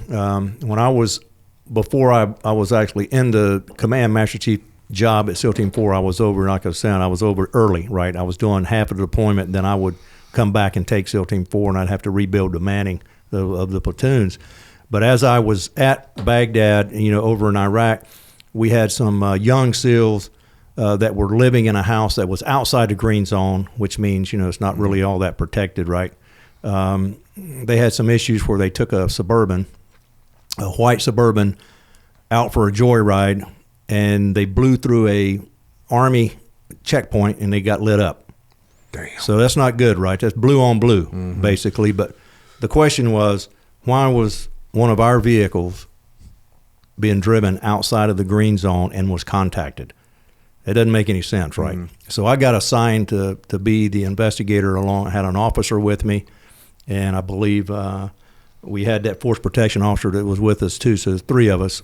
We drove out to the house, and before we got to the house, we stopped at the gate where we had Tennessee National Guard guys protecting that green zone gate. That was an in and out for that one cabinet member's house. And I stopped and I got out of the vehicle, and I looked at these Tennessee National Guards. I go, "Hey guys, did anything weird happen last night between 12 and 3 o'clock in the morning?" And they went, "Yes, Master Chief. We had a white Suburban come through here last night, but it looked like it had been contacted. It was shot. It had some bullet holes in the back of the vehicle. And this was an armored, Suburban." So we drive through the gate. We go down to the house, and I get all three of these young SEALs. I think there was two from SEAL Team's West Coast, and then one of our guys, SEAL Team 4 guy, was there. And I noticed we were walking around in the house just kind of observing, right, and see what kind of lifestyle they're living. And went over to the trash can and looked down, and we had Red Bull cans all over the place and vodka bottles. So I'm thinking, I guess this new generation likes to drink Red Bull with vodka. So that looked like what was going on. And when I set them down, I said, "Okay, guys, this is your one chance to tell the truth. I want to know, was this vehicle that's sitting outside right now with bullet holes in it, was you guys driving outside the green zone last night and was contacted by anybody? So what happened?" And they're like, "Well, I would think we heard some shots last night. Maybe somebody shot our vehicle." I go, "So somebody shot your vehicle as it parked outside?" So that's what I'm hearing. So they stuck with their guns. They stuck with their story. And I went, "Okay, guys, I'm getting ready to leave, and I want you to make sure that you understand this is your one chance to tell the truth." And they all kind of shook their head. "Yep, yes, Master Chief, yes, Master Chief." And I was like, "Okay, have a good day." So I was already building a story, right? And it didn't look like it was lit up by somebody out there shooting, celebrating a wedding. So I go back. I'm driving back through the gate, and I get a phone call. And they go, "Hey, Master Chief, we want you need to come back. We want to tell you something. We want a second chance. We want a second You remember chance. when you gave us one chance? Can we get one more?" Can we do a rerun?" So I go back to the house, and I walk in, and we sat there with them, and I go, okay, so what's the story? And they go, we were driving last night. We were a little antsy. We were getting bored. And I'm like, no, this is not sounding good. And we went out and drove, and we went down this one road called Michigan Road, and we turned left, and we went back through a gate, and we didn't know it was a gate. We had some Army guys jump up, and they shot at the vehicle. And we kept going. So I said, you didn't try to deconflict as you pulled up on these people that were basically guarding the gate. No, Master Chief, we didn't do that. So, of course, we wrap up the investigation, and sure enough, they did that, and we're thinking, man, that was stupid. So we ended up doing a DRB in Iraq, right? So a DRB is a disciplinary review board, right? So I was in charge of the board, and we had a guy, SEAL Team 5 CMC was on the phone with me, and we basically said, you guys are done, right? You can't operate like this. This is you're lucky to be alive, or this is blue on blue, right? This is unsat. So we process our SEAL Team 4 guy, we process him out, get him out of country as soon as we can within the next 24 hours. He goes back to Virginia Beach. He had temporary orders over to a ship. It was sitting in Norfolk. It was a LPD ship, right? Yeah. And I don't like doing that. I mean, dude, you can't look. Yeah. So we pushed him over to this ship, and I don't, me and you talked about earlier, Jocko, I don't like passing trash. Mm-hmm. Usually if somebody messes up, and if I have to get medieval with them and pull their trident off their chest, I'm ad-sepping them, right? I'm administratively separating you from the Navy. We can do that very quickly. What happens, I'll pull your trident off. The admin shop basically does the paperwork to shut down all your special pays. So basically that's a shot to the heart, right? Career ender, and you're out of the community, right? You're out of the Navy SEALs. So this guy went over to the ship.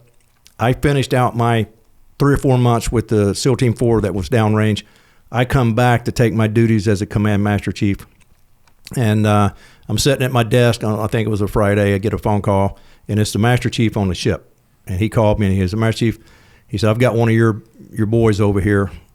He's done great things for me. He went on for about 2 minutes of telling me how good this person was doing and how squared away he was. He was teaching force protection on the ship, teaching them small arms, shotguns, all of this stuff. And I go, well, that's good to hear. I said, let me come over and have a cup of coffee with you, and we can talk through this. So I get over there to the ship, and I'm sitting down and at the mess deck. We go in the chief's mess, and we were having lunch. And right as we were finishing up with lunch, he says, I'm bringing Jared down. Mm-hmm. And I go, yeah, please do. I'd like to see him. So Jared comes down, and he's got his dungarees on. Oof. And you know how bad that is. Did he have his trident or no? Did you pull his trident? No, you know what? He didn't have his trident on. Good. So he stood there, and he said, hey, Master Chief, it's good to see you. I'm very sorry, for what happened. I just wish I could redo it and blah, blah, blah. So I just kind of thought and I was looking at him up and down, right? He had nice looking, clean, pressed uniform on, conducted himself really well, spoke really well of what he's done to help the ship, the sailors on the ship, with their training and stuff for force protection. And I go, okay. I looked at the Master Chief, and I go, I really appreciate you giving me a phone call. And that's part of being a Master Chief, right? We have to make decisions. Mm-hmm. Sometimes they're not good outcomes, but sometimes you got to see somebody and look them in the eyes and understand where they're at in their life. So I decided when I got back, I told Jared, I go, stand by. And the reason I told him to stand by was because the Master Chief had shared with me that he was getting ready to detail the boat. So when he says detail the boat, that means everybody on that vessel was going bye-bye. Oh. And when they do that they're getting detailed to the needs of the Navy. Mm-hmm. So the big Navy don't care about young. They ain't got nothing for you. They're going to send you to whatever billet they need you to fill. It doesn't matter whether it's in Japan or Italy. It doesn't matter, right? So I understood the gravity of that. So I went back to SEAL Team 4. I got on the phone with their detailer, and I go, look, I need this individual detailed back to 4 ASAP. So when you say ASAP, and I'm talking to the guy that's got his fingers on a computer, they make it happen, mm-hmm. right? So I said, he belongs to me now, so bring him to SEAL Team 4 as soon as you can. So detailer did their jobs. I had him back the next week. I had him in my office. I said, hey, this is the reason I made this decision. I said, now I really feel that you've learned your lesson, so go be a good SEAL. And I said, my door's always open to you, right? So that's awesome. Go be a good SEAL. What would you pull a guy's bird for? When we pull a bird, the guy was either mixing it up with law, police officers, or had a domestic dispute where he punched his wife and actually shot himself in the hand with his pistol. Said he was having a dream. He was back in Vietnam, and I'm like, well, you're not old enough to be back in Vietnam. But I can tell you one thing: you're stupid. You're dumb, right? So what I'm going to do for you is, we don't need you. Yeah. This is a $1.5 million asset that I'm getting ready to pull his bird, right? Because when you pull a bird, you're done, right? Yeah. Administratively, we take it. You're done. I'm sorry. It hurts. It hurts. But guess what? You did it. Sometimes I give them 3 chances. Yeah, but once you punch your wife and shoot yourself in the hand and talk about Nam when you're 24 years old, yeah, you got some issues. You need that shit, man. Well, and you feel for them too, right? Because you don't want to totally derail this person, right? Because it's bad. I always have the analogy when you have to clean somebody up, right? Like if they've had something bad in their lives, or their relationships with their being married goes sideways. It's hard work, right? Because you're dealing with people and you're dealing with things that you don't really see, right? You don't know what's going on behind the curtain. It's like a train. When a train runs off the railroad tracks, it takes a lot of work to get those trains back on that railroad track, right? Same when people do. When people run through the briar patches, that's the way I refer to when people have squirrels in their sea bags, right? You're supposed to be squared away, right? We were taught in boot camp how to fold our underwear or skivvies in your T-shirts, but sometimes I open up a sea bag and I got a damn squirrel in there, right? You got a squirrel in a sea bag because this guy's such a shit show. Yeah. So... and that happens in the military, and it happens in civilian life as well. And it's weird too, because people think about SEALs and they think, they've gone through all this training and they've been weeded out, and this person, they got it. They've been academically tested and physically tested, and they've been through some kind of psych eval, and they think that that's because a guy's a SEAL, like he's good to go. And no, they never mind. No, but squirrels, they might have raccoons and freaking bobcats in that sea bag sometimes. It's freaking disaster.com. Oh, it is. And you just have to clean it up, right? You got to clean it up because we're all responsible. And I remember when I took that job at SEAL Team 4, I had them all in the classroom. We had all of our new guys in from BUD/S. We had everybody in the classroom. I told them, I go, look, I said, I want you to look yourself in the mirror, because be accountable for your individual actions, because if you're not, that's when I get involved, right? So be responsible for your individual actions when you make decisions. And I go, when I say this, I'm looking at you and I'm looking in the mirror to myself. I said, I can go out and get a DUI with the best of them, but I'm choosing not to do that, because as soon as I do that, my command master chief job is gone, right? You're done, right? So there's decisions that you can skirt around and be okay, but there's some decisions that when you make those bad decisions, your career is stopped. Yeah, I know when I was in leadership positions, sometimes I'd say, hey, listen, you guys know, like, I'll take care of you guys. If in these events over here, you give me something, I don't mind being the senior guy with a secret. I don't mean saying, oh, yep, hey, you did that, was stupid. Here's your little punishment I'm going to give you. You're going to stand extra watch out at an island, or I got that. I go, you do some of these things over here, there's nothing I can do for you. Doesn't matter whether I like you or not. Doesn't matter whether you're my number one guy. If you do some of these things over here, there's nothing I can do for you.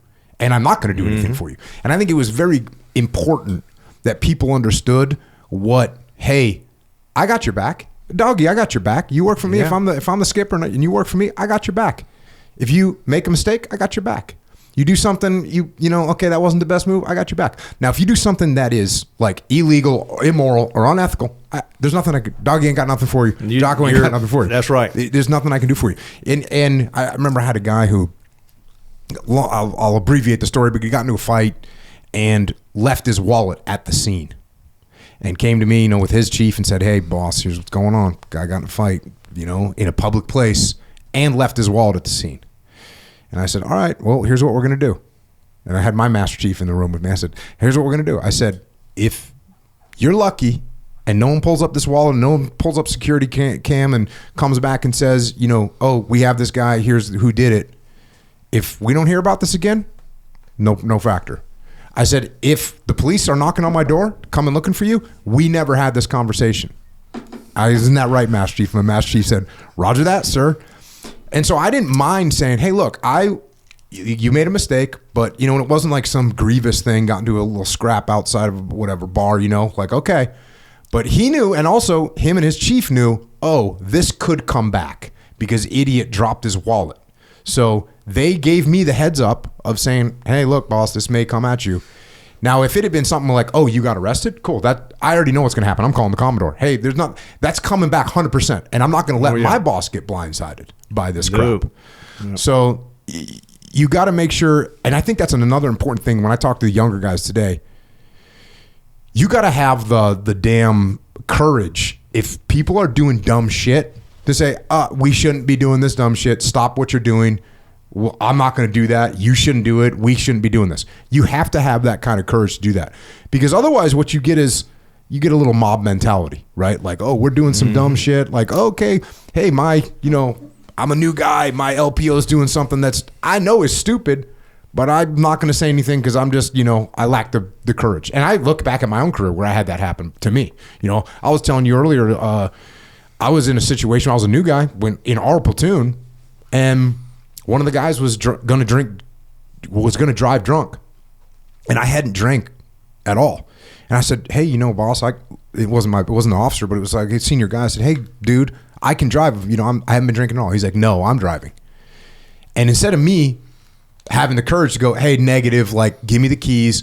Instead, I was a new guy. I was like, Roger that. And here I am letting a guy drive drunk with me in the vehicle. Just a total idiot. Like a total idiot. Yep. Never should have done that. But I did. And that's the kind of thing I look back, and it was just, being a new guy, not having the courage to stand up and say, hey, dude, no, you can't drive. You've been drinking for 8 hours. You're drunk by any measure. Give me the keys. I'm going to drive. And instead I was more, well, don't want to make a ruckus here. I'm a new guy. Get in line because that's what you get told. Yeah, you're a new guy. Keep your mouth shut. Okay. And that's what I did. And so little situations like that, when you're in a subordinate position, you still got to have the courage to go, hey, no, this is stupid. We're not doing it. And what was interesting is even as I became more senior, like there was issues that would come up where I know that me saying something I was the only person that was going to say something. Like I was the only person that would be able to say, hey, we're not doing that thing right there. Stop. If anyone else, because I was the boss.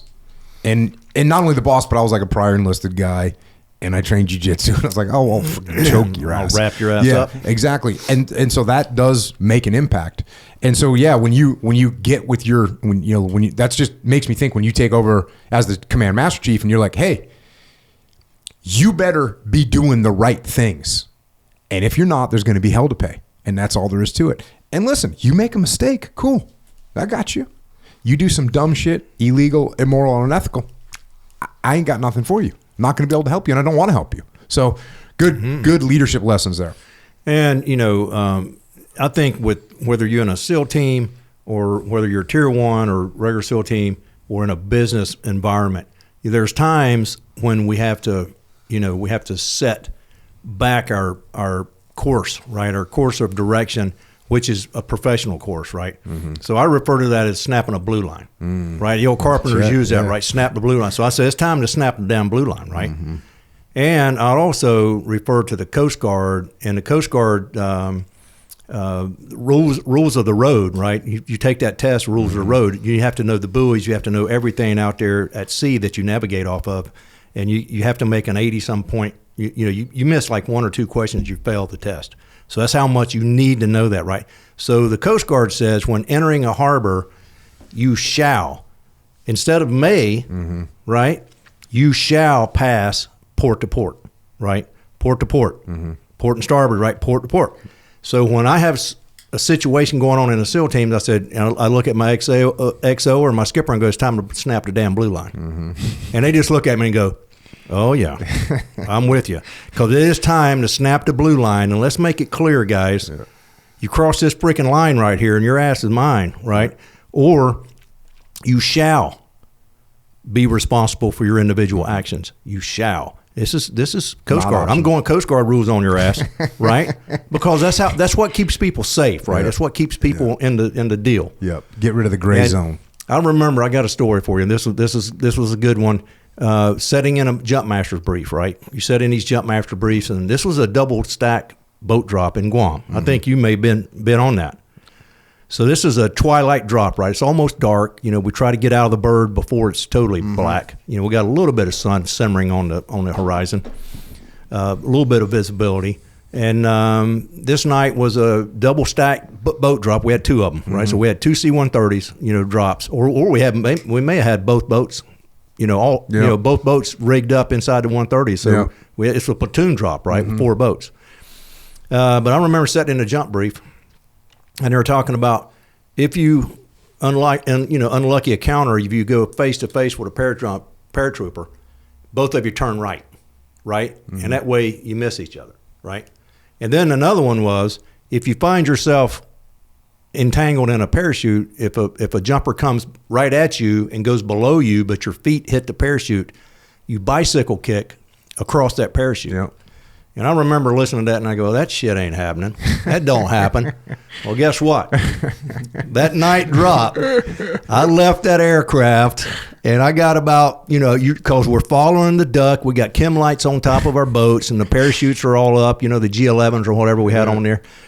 And no shit, I look up, and all I saw, the sky was night, a little bit of sun, the daylight light was coming from the stars. And I saw a canopy. I mean, it was right at my freaking face. And I'm going, oh, shit, here comes this jump master brief. I've got a canopy on my freaking face. And I start bicycle kicking. And I know shit. I walk all the way across this parachute. I went across the apex. And I couldn't believe it. I saw the apex on my feet. And I go, holy shit, I'm actually running across a parachute. And I got to the other side, and boom, my parachute inflated. And we hit the deck and, hit the water, and we went over and we're de-rigging a boat. And I go, boy, was that something? So you just never know, right? Yeah. You never know. So that's why you have to pay attention. Yeah. And follow those basic rules, man. I know. That's that blue line, right? There's certain things that, you got to pay attention to, and you got to be able to react when something happens, when something goes sideways. So, yeah. And when you, so you get out on that deployment, now you're the command master chief SEAL Team 4. And did you guys was it PSD for that whole deployment? No, this was more of a regular operational deal where we were running missions to try to find these bomb makers. Oh, that's right. You guys started doing the counter-Iranian. And then the counter-Iranian thing was a little more high speed, right? Because they had Tier 1 units were taking care of some of that, right? Because it was so intel driven. And back where I was at with the SEAL team platoons that was at Baghdad International Airport, we were pretty much executing most of the bombers, right? The people that were building the bombs, the IEDs. So did you guys have an Iraqi partner force at the time? Yes. Okay. Yes, and that was comical too, trying to teach those guys how to shoot. And it was unbelievable. It was like teaching third graders how to shoot, right? As soon as you thought they could hit something, they were stealing bullets. And I'm like going, why are you stealing bullets? They said, well, we can sell them. Yeah. And I go, don't do that, right? You can't do that. Did you guys have the Iraqi force that had like M4s and U.S. weapons, or were straight just Iraqi Jundies with AK-47s? You know what? I think they just had the AK-47s, which are dangerous. Yeah. Right? Some of them were China, built in China, and they were pieces of dunk. And they're just rusted sights. Just they're not going to hit anything. No. But that's a powerful round, though, as you know, right? That's 7.62 by what was it, 69 or 39? 39. Yeah.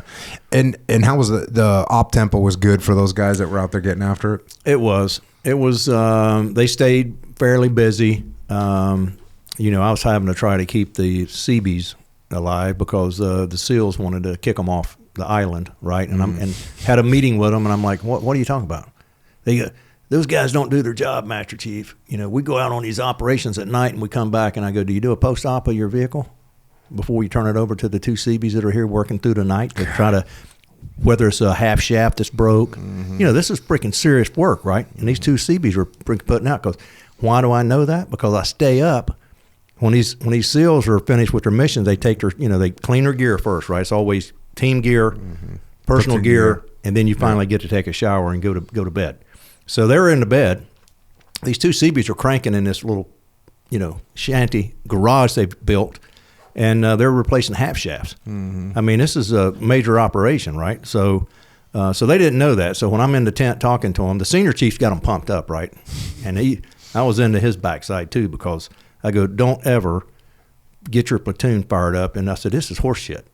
I said, you should be focused on operating, and your guys, when they finish a mission, should come in and turn over a good post-op to these Seabees so they know what's going on with their vehicles.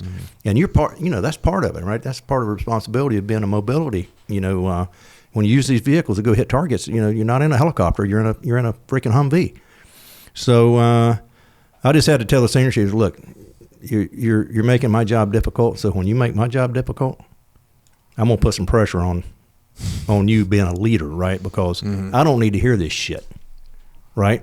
You're telling me that I need to fire the two Seabees that are with us. What you want me to do? Me pour some water in a bowl and generate two more? I said, because they don't have anybody to send. The battalion, or back at Log Sioux, I called them. They go, Master Chief, I don't have anybody. And by the way, the two guys we had were doing great. It was just the SEALs getting on a little tantrum, and I told them to shut the hell up. And I go, the next time you bring this to me, I said, I'm going to have all of you in the garage. You're going to be fixing your own shit. Yeah. Right? Yeah. I mean, my Seabees, dude, I think we had 17 generators, just generators, something like 22 air conditioners, 30 something plus vehicles. And I had 6 Seabees. You know what I mean? These guys were working. Oh, they're badasses. The maintenance schedule alone is not, you can't do it. They have to work 24 hours a day. They were just busting their ass the whole time. And my guys knew it. I mean, it's just like that you rely on. I mean, those vehicles are a life-saving piece of equipment. That thing goes down in the street, you're screwed. So those Seabees were freaking awesome. I'm glad you took care of your Seabees. Yes. I tell you what, man, Seabees, I've always took care of them, and because they just work. They do work. They come in, they build our fobs. They build anything, and they'll fix anything. Yeah. Like you said, whether it's a generator or a Humvee or whatever. Yeah, they get it done. They're badasses. As you get done with that SEAL Team 4, what's next for you? What was next? I get moved over to Log Sioux. So that's when I really had a liking to the Seabees, because I had a lot of Seabees working for me. Sure. Log Sioux is a logistical command that supports the SEAL teams. And I got to work with sailors, right? Regular sailors, and it really brings out the Master Chief training that I got when I was up at the academy, because, you have to, and we had some issues with those guys too, right? We had this one Seabee. He hadn't been coming to work. So I had the Master Chief come over, the Master Chief Seabee that we had, running the shop over there at the mechanic shop, comes over and sits down with me and says, Master Chief, I want to kick this guy out of the Navy. I go, what you got? He goes, well, he's not coming to work.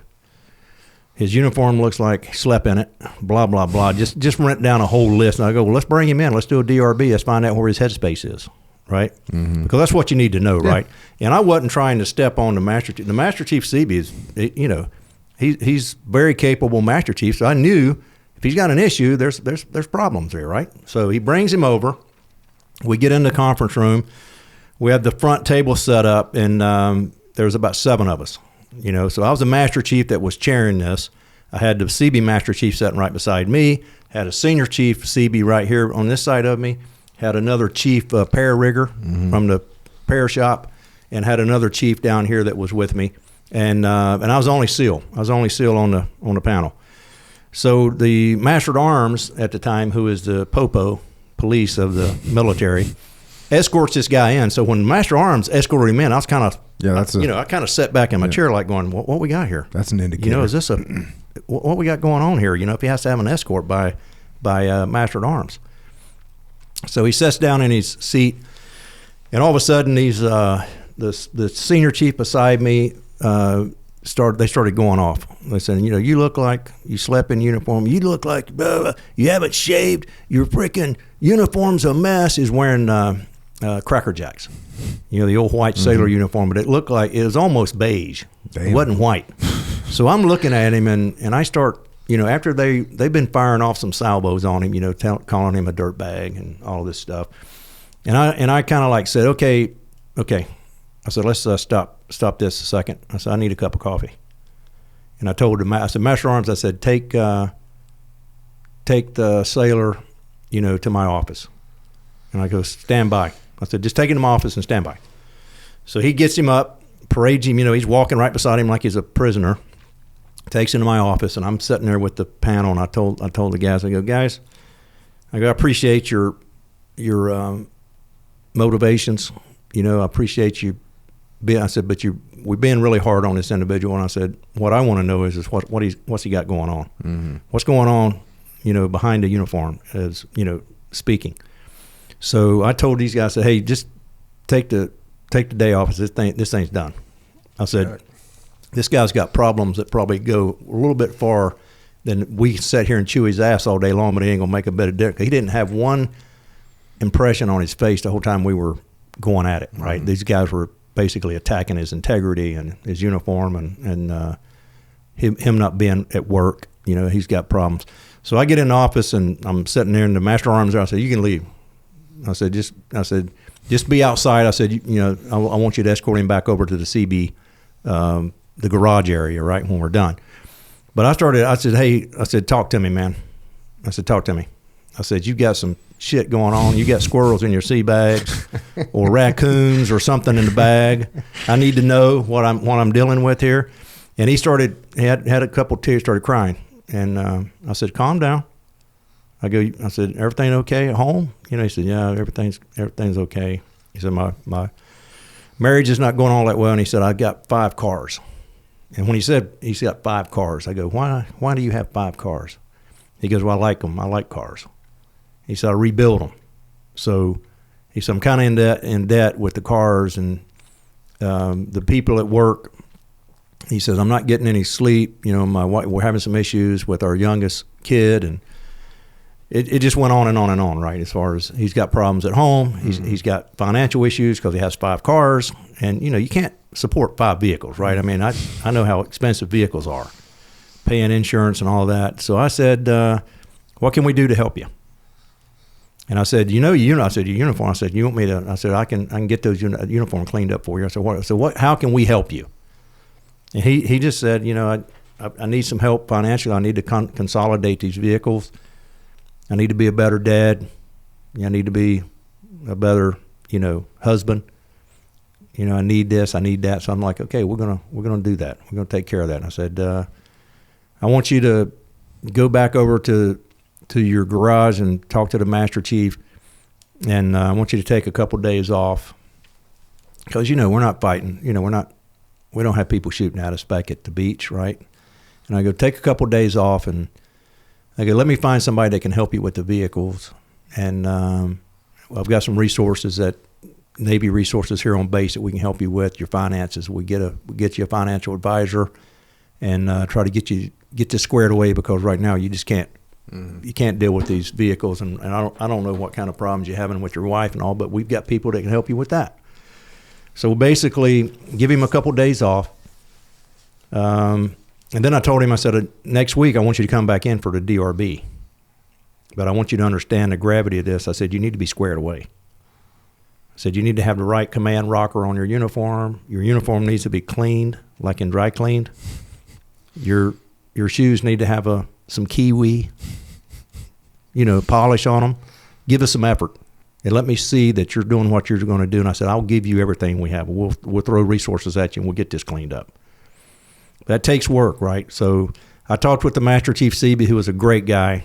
I still run into him sometimes back at the beach. He's a great guy. And I told him, I said, this is going to be hard work, but this is going to be a little project, a little pet project, to see if we can get this train, you know, out of the woods, out of the briar patches, and get it back on the railroad tracks, and see if we can save this sailor. I said, we may not be able to, but I said, the big a big part of this is going to be how he presents himself next week. Mm-hmm. If he comes in and he looks good, I said, I don't want to turn it into a shouting. I just want him to open up to us and tell him what he needs so we can set some resources up to help him out. So he came back in that next Monday, totally different. Dialed in, squared away? Dialed in. I think he even bought a new set of Cracker Jacks. Had the right rocker sewn on. His ribbons were a 1/4 inch. You know, I know all that shit about uniforms, right? So I just looked at him, had a brand new T-shirt on, had a brand new white hat. Check. I mean, shoes had kiwi. Yeah. Effort was made, right, to bring a different presence. So we sat there, and instead of yelling at him, we listened to his story, and he taught us something, right? We don't know what's going on with our employees or our sailors or our Marines or Army soldiers and all of this, right? But it takes leadership if you do it right. It's a little work, you know, other than chewing somebody's ass out and kicking them out to the curb and say, you know, you messed up, go square your shit away and then never engage again. So we engaged with him on that second time that he came in. He looked a lot better. And then we continued to follow up with the finances, dealing with the vehicles and stuff. So I think we have a success there. Hopefully that guy figured out what Auto Trader was and started needed dumping some of those vehicles. You know what I'm saying? I mean, he had all muscle cars. These cars were $20,000 to $50,000. You know, one of them, I think he said he paid $100,000. I'm thinking, damn, how are you paying $100,000 for E5? a Chevelle? Yeah, E5. Yeah, he wasn't paying $150,000. He was running up credit card debt, getting in fights with his old lady for sure. He was. That's chaos. But that was a success story. But yeah, it's always what's this other person got going on? You know, what's going on in their world that's making them do this, and that's why it's important. You got to know your people too, so that you can go, oh, there's something going on. Hopefully, you can pick it up on the second or third car, and not the fifth. You know, once it's in the fifth car zone, you're like, you're done. Yeah, we got issues. You're done. So you didn't you end up?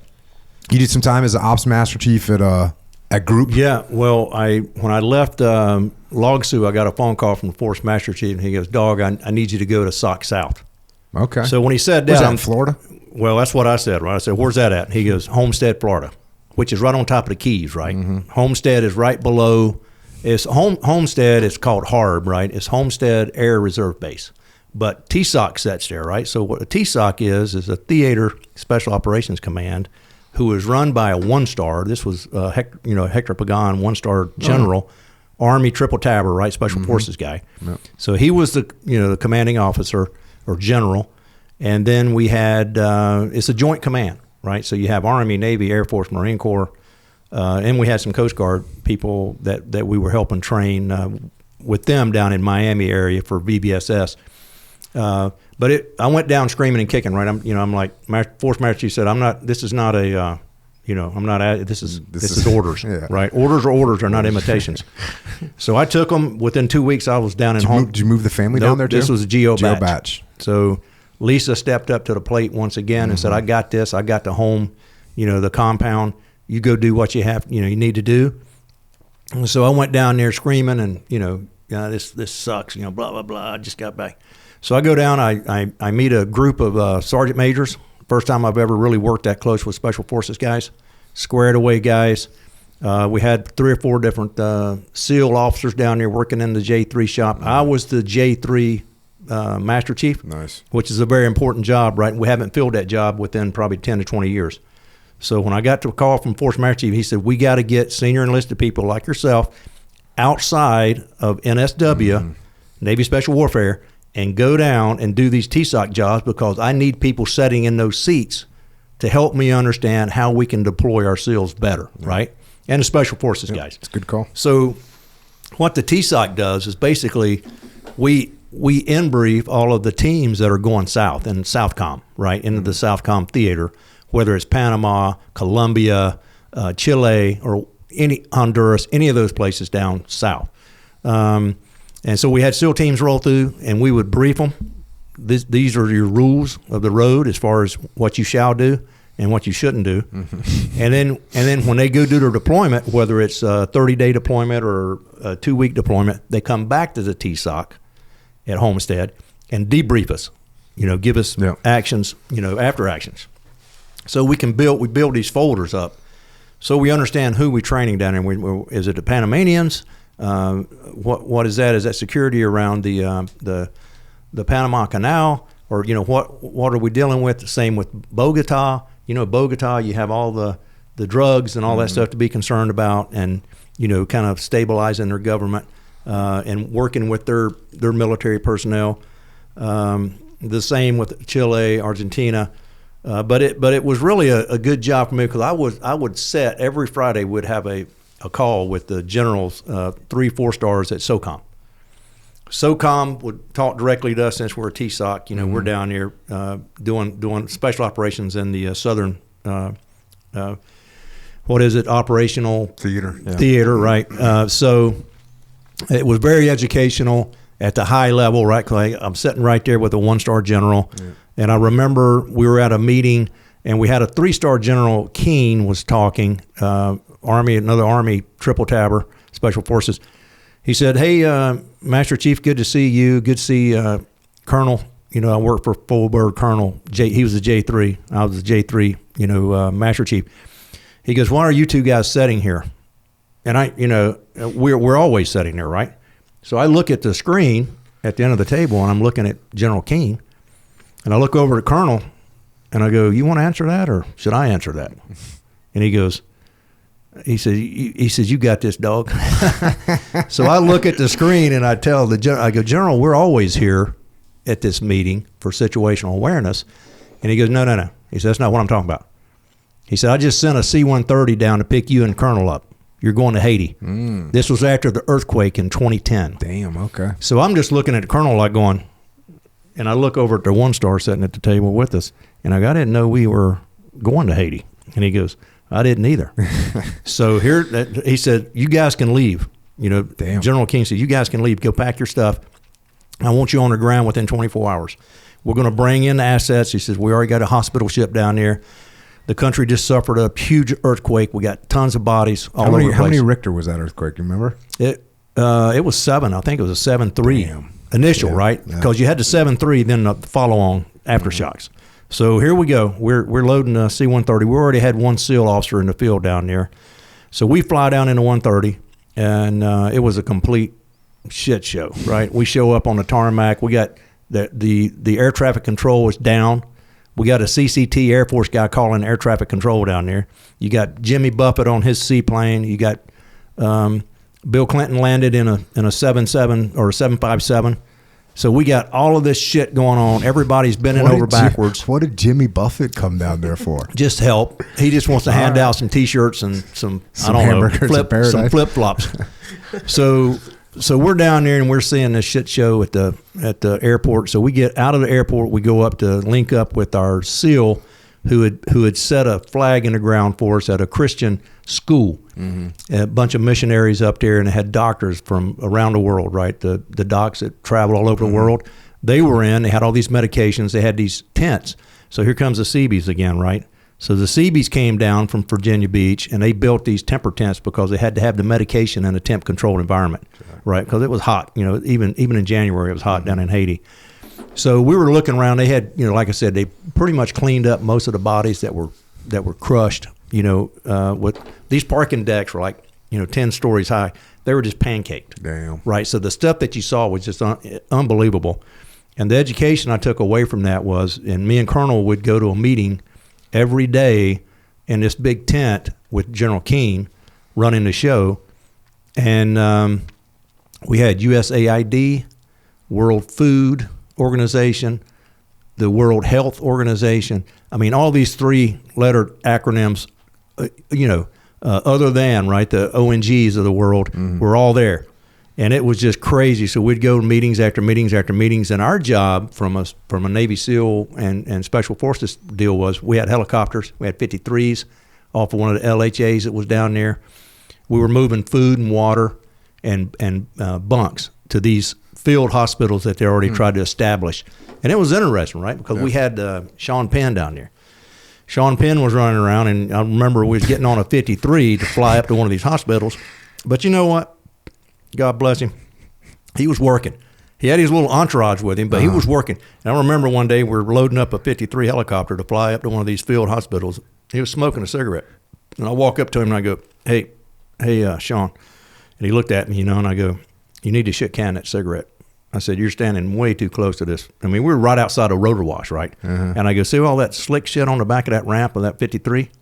He goes, yeah. And I said, that's either hydraulic fluid or fucking go gas or whatever, right? And, you know, I said, you don't want to smoke anywhere near this thing. So he put it out on the boot, but we were doing that. But the experience you take from a national disaster, right? I mean, it's crazy, right? Because I learned so much, and we're having a meeting with the world food guy, and I said, hey, I noticed we've been on the deck for about 3 days, and he sat down at the table with us, and he came across from Dominican Republic, right? Don Rep. He came over the mountain, come down, and you can see Haiti because they deforested their mountain, right? They don't have any trees. It's mud. It's a freaking shit show. So he comes over. They fly them down, 7 group guys. They land in Don Rep. They had 5 Humvees. They brought them over to the pass, and they came down to link up with us. And they were going to be a part of the deal where we're looking for displaced people up in the hinterlands of the epicenter was down at Port-au-Prince, down by the port. And the earthquake, it was devastation. So we go up, and we're looking for people who need medical help or medicines, and we're having meetings with all of these local mayors that were around these little towns. And so when the guys showed up, I met them at the gate at midnight one night, and they come in, and they get out, and when Major gets out, Major Special Forces Major guy, he kind of reminded me of you. You know, he's freaking hyped up. He had Copenhagen in, drinking a Red Bull, and he was smoking a cigarette. Jeez. And I go, can you get anything else going on, man? I said, you got caffeine, you got nicotine going. I said, he said, dog, he said, I got one question. And I go, what's that, sir? And he goes, why is the damn Special Forces and Navy SEALs sitting in freaking Haiti? He said, ain't nobody down here to kill. He said, this is not our mission. And I went, well, I said, it is now. I said, you need to go talk to Colonel Stoltz because, you know, you got to go do that. I said, you know, but he was a hard hitting dude, and we got the mission done, right? I mean, that's we stayed down there for about 50 some days. Damn. Okay. Before we got relieved, and it was educational, but man, it was a disaster. Something. Oh yeah, freaking horrible. And then what was after that? Where'd you go next? After the TSOC, I did that for about 2 years, and I got a call from Master Chief at Group 2 at the time, Britt. So Britt said, hey, dog, I need you to come home. And he said, I'm bringing you home a month early. And I go, I don't have any problem with that, right? So we were pretty much calm. You know, after we finished the Haiti mission, it really, you know, we were just doing normal debriefing and in-briefing to the guys going down south. So I'm like, okay, I'll come back to Group 2. So I was a Group 2 Master Chief. No, right on. So I did that for 2 years. And then after that job, and then that's when they wanted me to come to the West Coast, and I was like, negatory. So I did the senior enlisted job at ATC. Got it. Advanced Training Command, and we moved the command from Little Creek to Fort Story. Oh, yeah. That was me and John. Oh, awesome. Me and John did that. You know, John was coming off of his deployments and stuff over at Dev Group, and basically it was our you know, that was it for us, right? That was your twilight tour. That was a twilight tour for us, and but it was a great job, you know, back into the training side again, right? So it was good. And so then you retire. What was your first? What'd you do when you retired? Well, when I retired, I was I made connections with people from the Navy SEAL Foundation. I met these basically 5 guys, and I call them very high.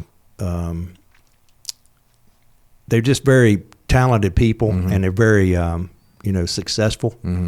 I had a little acronym for them, but it was highly successful individuals.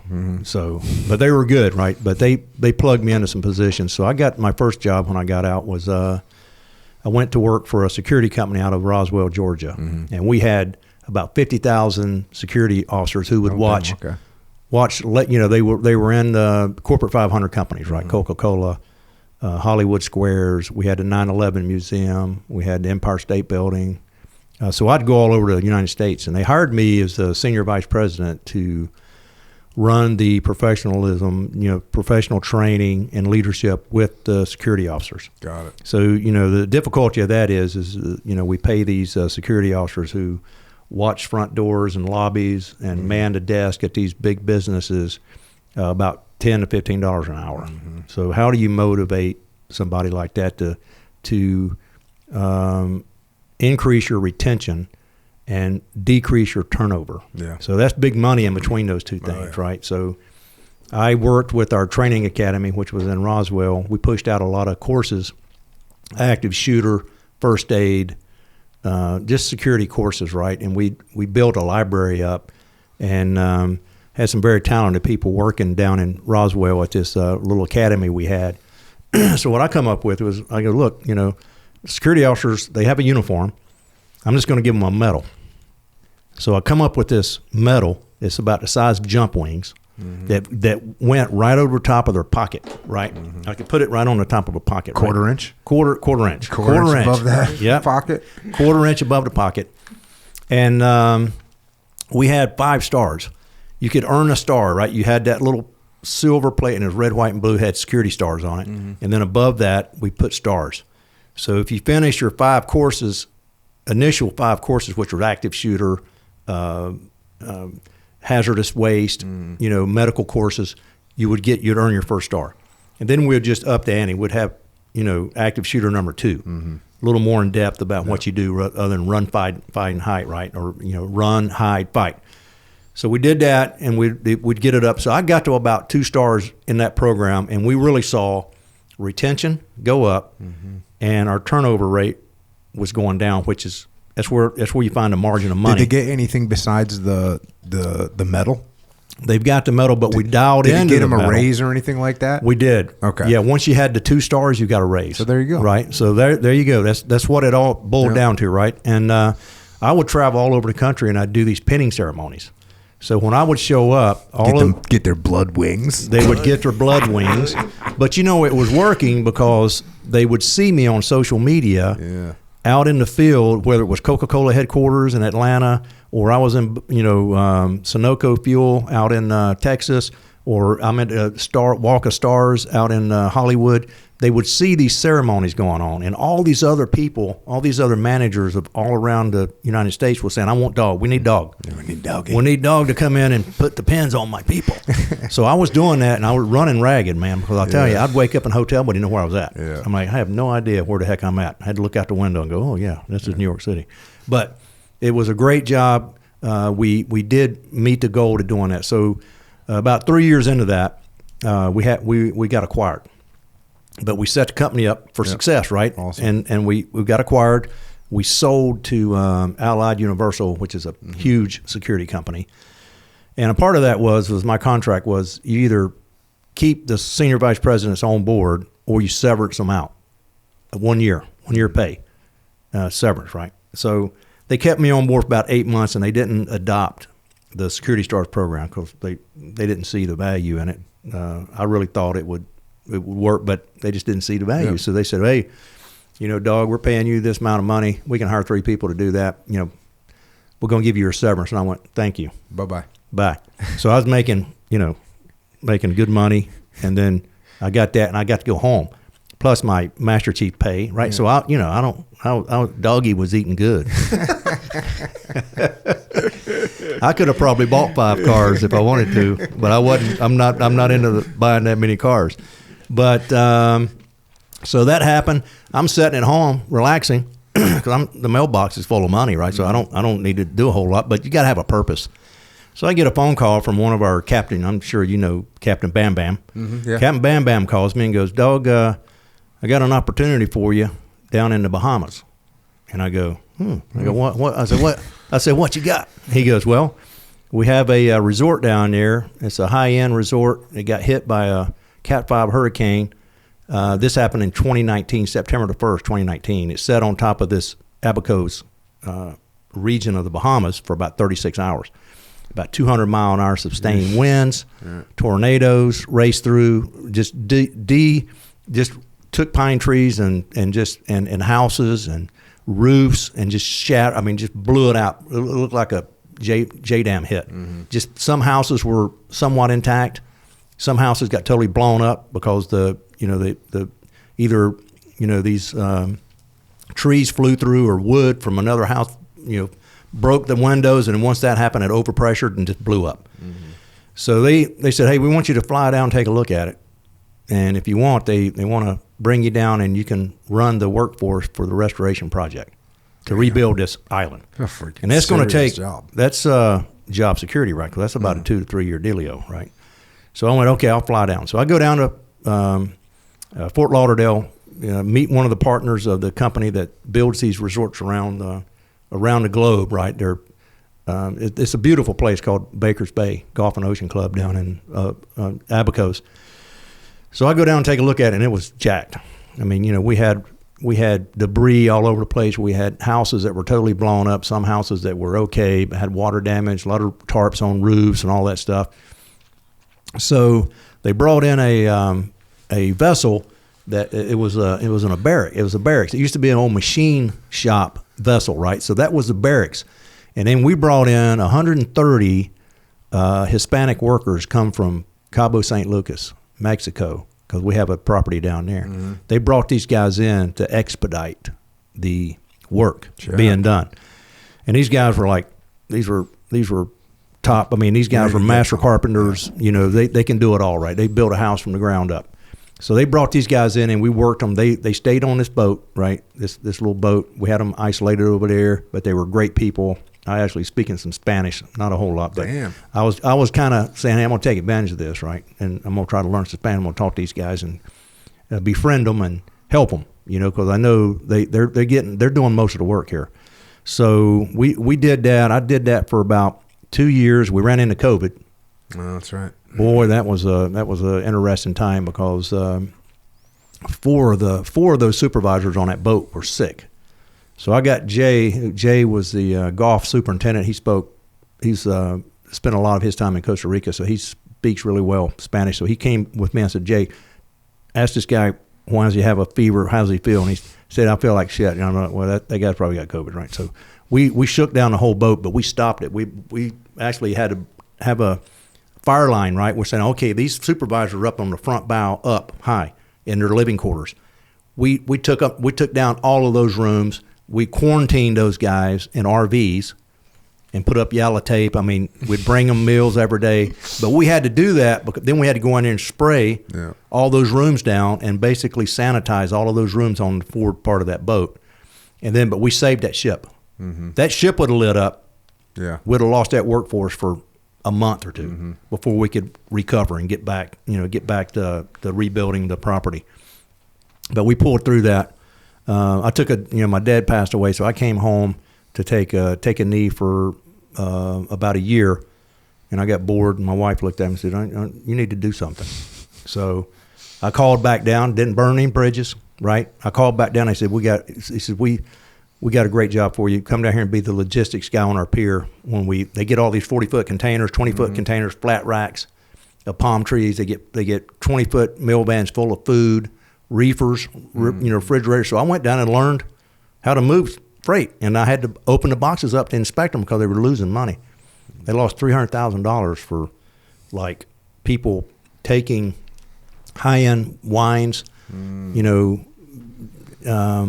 tomahawk steaks, just disappearing. I might be disappearing the tomahawk steak. Well, I know. So they put me down there. I went down and I put up a camera. Well, the camera didn't work, right? I didn't have any feet. They didn't know that. So I put up a camera. I got some lights on the pier, and I was on there every time a boat pulled in. I was on that pier. Check. And I was asking, what's in that box? What's in that box? Check this box. And then when a box leaves the pier, I open the box. So as soon as I started that, the theft shit stopped. Because they knew that they got somebody paying attention. Yeah. Don't get the chops, right? Don't get the those tomahawks. Leave those tomahawks for me. That's right. Oh, those things were awesome. About that thick. You know the deal. Yeah. All right. So then this bourbon comes into play. Four Branches Bourbon. How'd this whole thing get initiated? Well, this all started back at Bahamas, right down at Baker's Bay, where I met Rick Franco. Rick's a VMI graduate, Marine Corps officer, and then he transitioned over to the CIA, GRS contract world. And now Rick is a security, head of security for Troubadour Club, which is another one of these beautiful resorts that they, Discovery Land Company has them all over the world. But during my time down there, I got to spend, me and Rick both lived in a house that was affected by the hurricane back in September 1 of 2019. So the owner of the home, the member of the club there, said, "Hey, I want security to stay in my house to make sure, that it's taken care of, and it's, of course, you have security people living in your house, so you feel pretty safe that nobody's coming in and doing anything to your house." Because Doggy will smoke them. That's right. We'll smoke you from a ways off. But I met Rick. Rick was doing like a 60-day rotation that another person would come in for 60 days, and just contractors back and forth. And during that time, after about 2 years, Rick came to me after having a conversation with Mike. Mike Trott is the Air Force guy. He's right? the Air Force founder, and Mike is really our managing principal of the business, and he's very hardworking, attention to detail. Mike and his wife Cheryl, and so Rick came to Mike and I and said, "Hey, I want to do a barrel of bourbon and pay tribute and honoring our men and women that we've all worked with, and it's in the shadows, hadn't got the accolades that some of the people do, the operators and stuff." And I go, "That sounds good." And he says, "Yeah, I want to do a barrel, buy a bottle, simple bottle, slap a sticker on it, a label, and sell it on Facebook." So Mike and I are looking at each other and I go, "Well, Rick, I don't, there's lots of regulations with spirits, brown water, and each state is different." So I said, "That's you can't do that, right? Probably can't sell it on Facebook, number one, and number two, it's kind of a half-ass approach of buy just any bottle." So we kind of put our heads together and said, let's create a brand. So this was when it got very interesting, and it was a lot of homework was done, a lot of being on fire hose. So we reached out. Rick reached out to several distilleries around our country. We got about 300 distilleries that produce bourbon in the United States. So he started calling, and nobody would pick the phone up. So we were thinking, this is kind of tough right off the get-go, right? We're trying to communicate with people, and they're not answering their phones, or they're not getting back to us. So Rick finally made a phone call, and this person called him back, and this was Bardstown Bourbon Company in Bardstown, Kentucky. Bardstown, Kentucky is considered the capital of bourbon, the creation, where it started. So we took that phone call, and then we made a trip out to Louisville, Kentucky, because we were meeting with Savor Glass, which is the company that we purchase our bottles from. This particular bottle here is called a diamond bottle. It's a premium bottle, which means, see how thick it is at the bottom. Mm-hmm. So it's a really nice, sturdy bottle, premium bottle, because it's got four sides to it, right? Four sides aligned with four branches, right? Mm-hmm. Army, Navy, Marine Corps, and Air Force. You didn't mention RJ. He's the Army guy. RJ Casey is so you our got Army. You, Navy. RJ Casey is Army. Mike Trott is Air Force. And then Rick Franco, that's Marine Corps. You got the four branches of the service. Yeah, four branches of the service. And we're reaching out to the Coast Guard and also Space Force, because we don't want them to think that, we're just about four branches. It just so happens that the four of us as friends who've worked together, and our boots have crossed the same paths over in Afghanistan, Iraq, and across the Asia, Pacific. It's four branches because that was the brand that we started to build, right? So with the walk on this was find a bottle. We found a bottle. Then you go, okay, what's the label going to look like? We started out with a tree with four branches coming out of the tree, kind of coming together like a spear, almost like a SOCOM spear.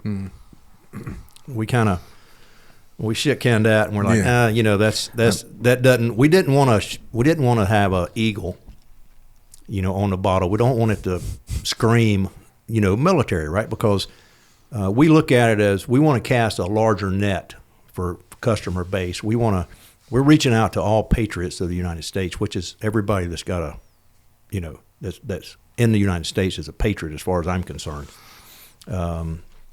So with the label, we went to another artist and we said, hey, we want the number 4 on here, but we want that 4 to represent each one of the branches: Army, Navy, Marine Corps, Air Force. And what we did with it here, you can see at the bottom, we drew this line here. It looks kind of like a hill or a ridge line on a map, grid lines. That's the U.S. Army, and that's the foundation of this 4 because the U.S. Army was the first founded DOD service, right, back in 1775. The centerpiece coming up in the middle here kind of looks like a Navy mast of a ship from a shoreline or a submarine con coming out of the water. Yeah, it does. U.S. Navy. U.S. Navy was the second founded. Coming across horizontally, you got this horizontal piece that looks like a bayonet knife or a sword. That's U.S. Marine Corps because they're the leanest and mean. I tell Rick, I said, I'm going to say this anyway, but Marine Corps is the leanest and meanest. We support the Marine Corps. Oh, you got to support the Marine. Once a Marine, always Marine, right? So then the swoop up into the sky here with this 4 is Air Force because Air Force provides air power for our air cover for all of us, right? Cover. And then you see it's got a black spear comes down in the middle to create the opening inside the 4. And what that spear is half of it you can see. The piece that you can see is honoring our men and women who are still fighting for our freedom around the globe today. The piece that's missing is for our fallen. So after all the thought that went into this, each piece of this bottle, whether it's a label or whether it's the colors, and moving up to the neck here, a lot of thought in this, right? Because we're thinking, we've got to put a bottle on the shelf that not only is going to catch the eye of someone, but also looks very clean, right? And doesn't scream military because lots of people see 4 branches and think, 4 branches of a river, 4 branches of a creek, a tree. So they don't really tie it in until they see some of it. And this is like our neck tag on here that kind of shows, this is, and we're the first company in the spirit world really to have all 4 founders be 4 branches of the military, right? There are a lot of bourbons out there that are, created by veterans, but it's a one service type of deal, right? It's not all 4 branches like we are. And then the top, you see our label at the top's got 4 branches on it, and then below it's got this ring here that has serve honorably and drink honorably. And we use that, we've all served honorably. Everybody serves a community or whatever it is. We want you to serve honorably. We want bartenders to serve it honorably. And more importantly, we got, drink honorably, not to replace drink responsibly because that's been around for, decades, right? So, but we still have issues with military personnel, veterans, suicide, 22 a day or up or down, whatever that number fluctuates around from time to time. Still a concern of ours. We don't want to say, hey, we want you to buy our great bourbon. It tastes great, but we don't want you to drink it down to the bottom as fast as you can. We want you, instead of drinking to forget, the ethos of our company is we don't want you to drink to forget. We want to start sipping to remember. And we always are going to remember our fallen. Not a day goes by that I don't remember one of my friends, one of my comrades that didn't come home. It's just there, right? It's with us. But on the other hand, there's lots of victories in life that we should sip to remember. Our promotions, weddings, babies, victories, right? We can't let the negative stuff that's happened to us, drag us down a certain path. We've got to stay positive. And, when I do this with a cigar or just having a bourbon, I try to understand the process that it took to get this liquid in this bottle. And it's a long process, and it's a beautiful, and you always hear, trust your process, right? Whether you're shooting sporting clays or whatever it is, jiu-jitsu, trust the process, right? Because if you don't, you're going to start getting out of bounds, and it's just not going to go well. So with this bourbon, this juice, what we've done, instead of building a distillery, because for us to build a distillery, it would cost $40 to $200 million. There's already 300 out there. So for us, we acquire, right? We resource. We go out for sources. We've got people in the bourbon business, whether we got a really good friend of ours now that we built a relationship with for the last couple of years. His name's Jeff. Jeff is out of Nashville, Tennessee. He happens to be a bourbon broker. So what that means is that Jeff has acquired hundreds, thousands of barrels, and he's sitting on them just like gold, right? Liquid gold. Damn. Every year when this juice ages, the price goes up on that barrel. It's just like oil, right? A commodity. So does that happen indefinitely? Like if it's sitting in a barrel 10 years, 15 years, 20 years, it goes up every year? It goes up. It goes up a little bit. Does it ever go bad? Well, there's I'm probably not I think it does. I think after 20, 25 years, people who and of course, you're going to have angels cut, right? Because the evaporation of that liquid after years and years and years, you may only have a quarter of that barrel left after sitting there for 25 years. Okay. Because that wood, that juice is going in and out of those American white oak saves, right? The saves in the barrel. And it's getting that color from the wood. It's taking it out of the wood, right?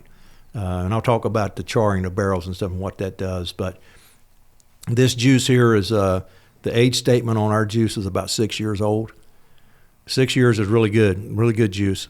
As we purchased about 50-some barrels from MGP. MGP is a distillery out of Indiana. We brought those 50 barrels down to Bardstown Bourbon Company, and then we purchased some wheated barrels that was about 7 years old, and we got that from Wilderness Trail Distillery or Green River out of Kentucky, and we bring those two together at Bardstown to blend. Now, we were very blessed by being at Bardstown when we started putting our mash bill together. Your mash bill is basically your ingredients of what you're putting into the cook, right? Because you bring in the elements of it. You bring in your grains. You got corn. Corn is where you get your sweetness from.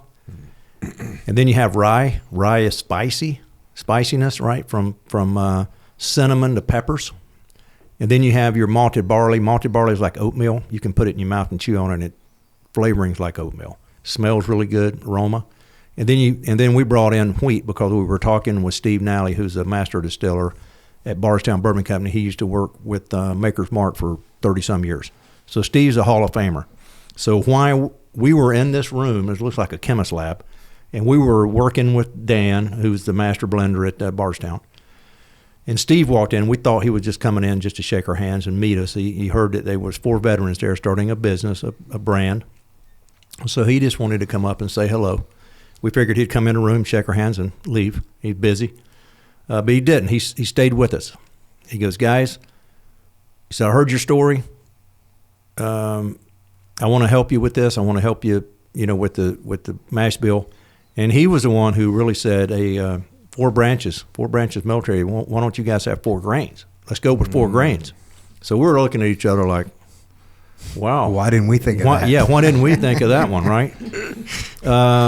So basically he said, he was talking to Dan.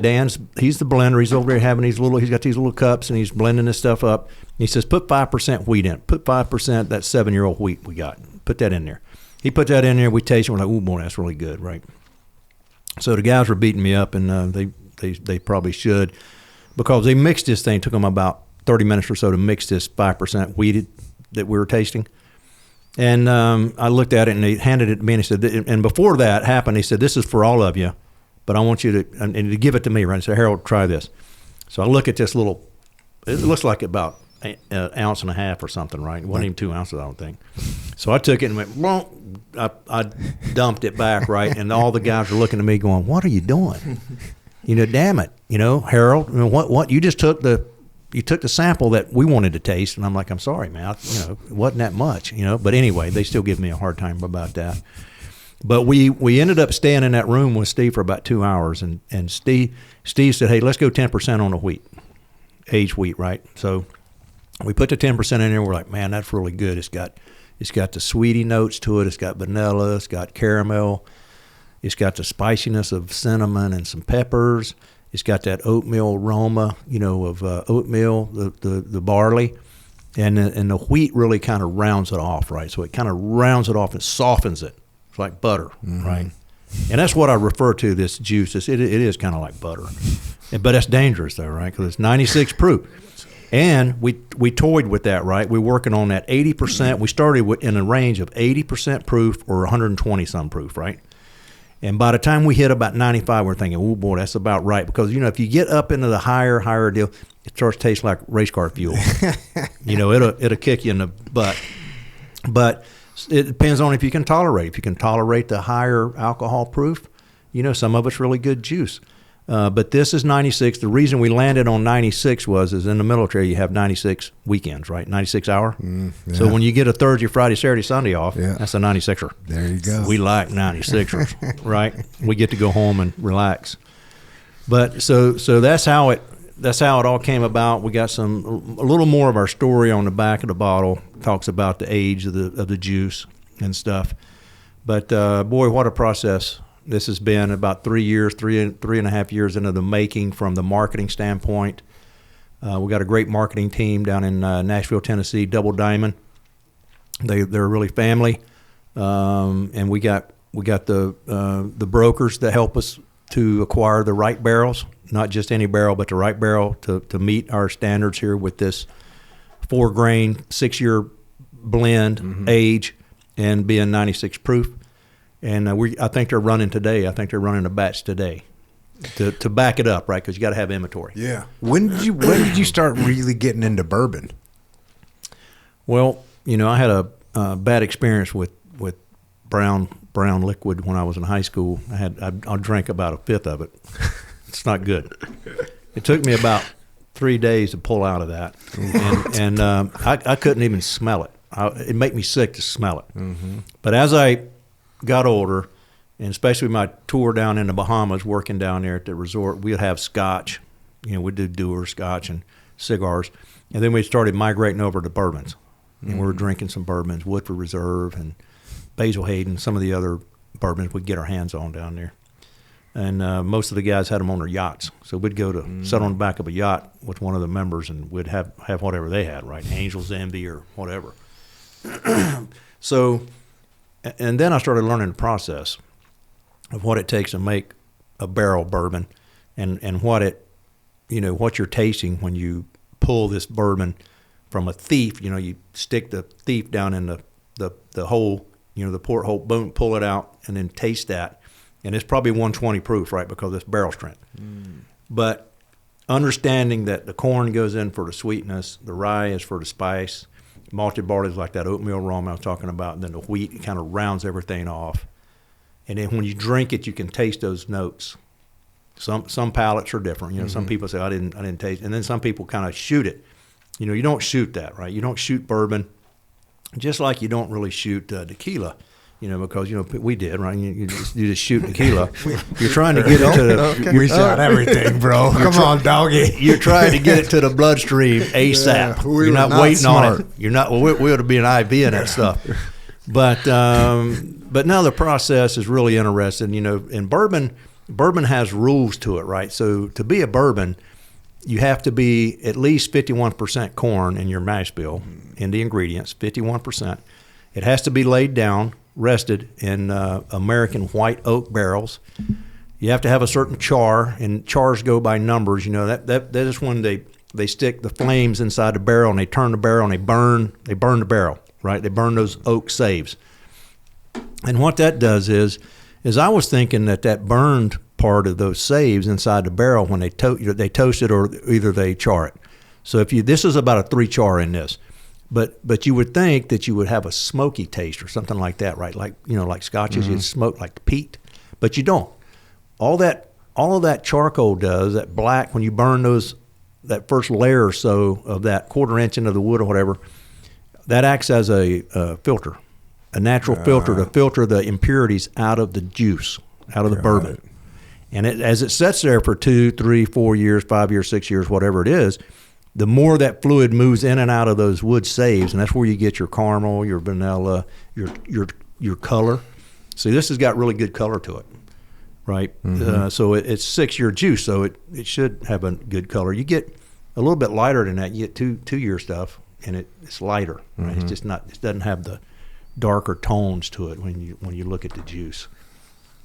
But a lot goes into it, from marketing to finding investors, to then getting, we call liquid to lips.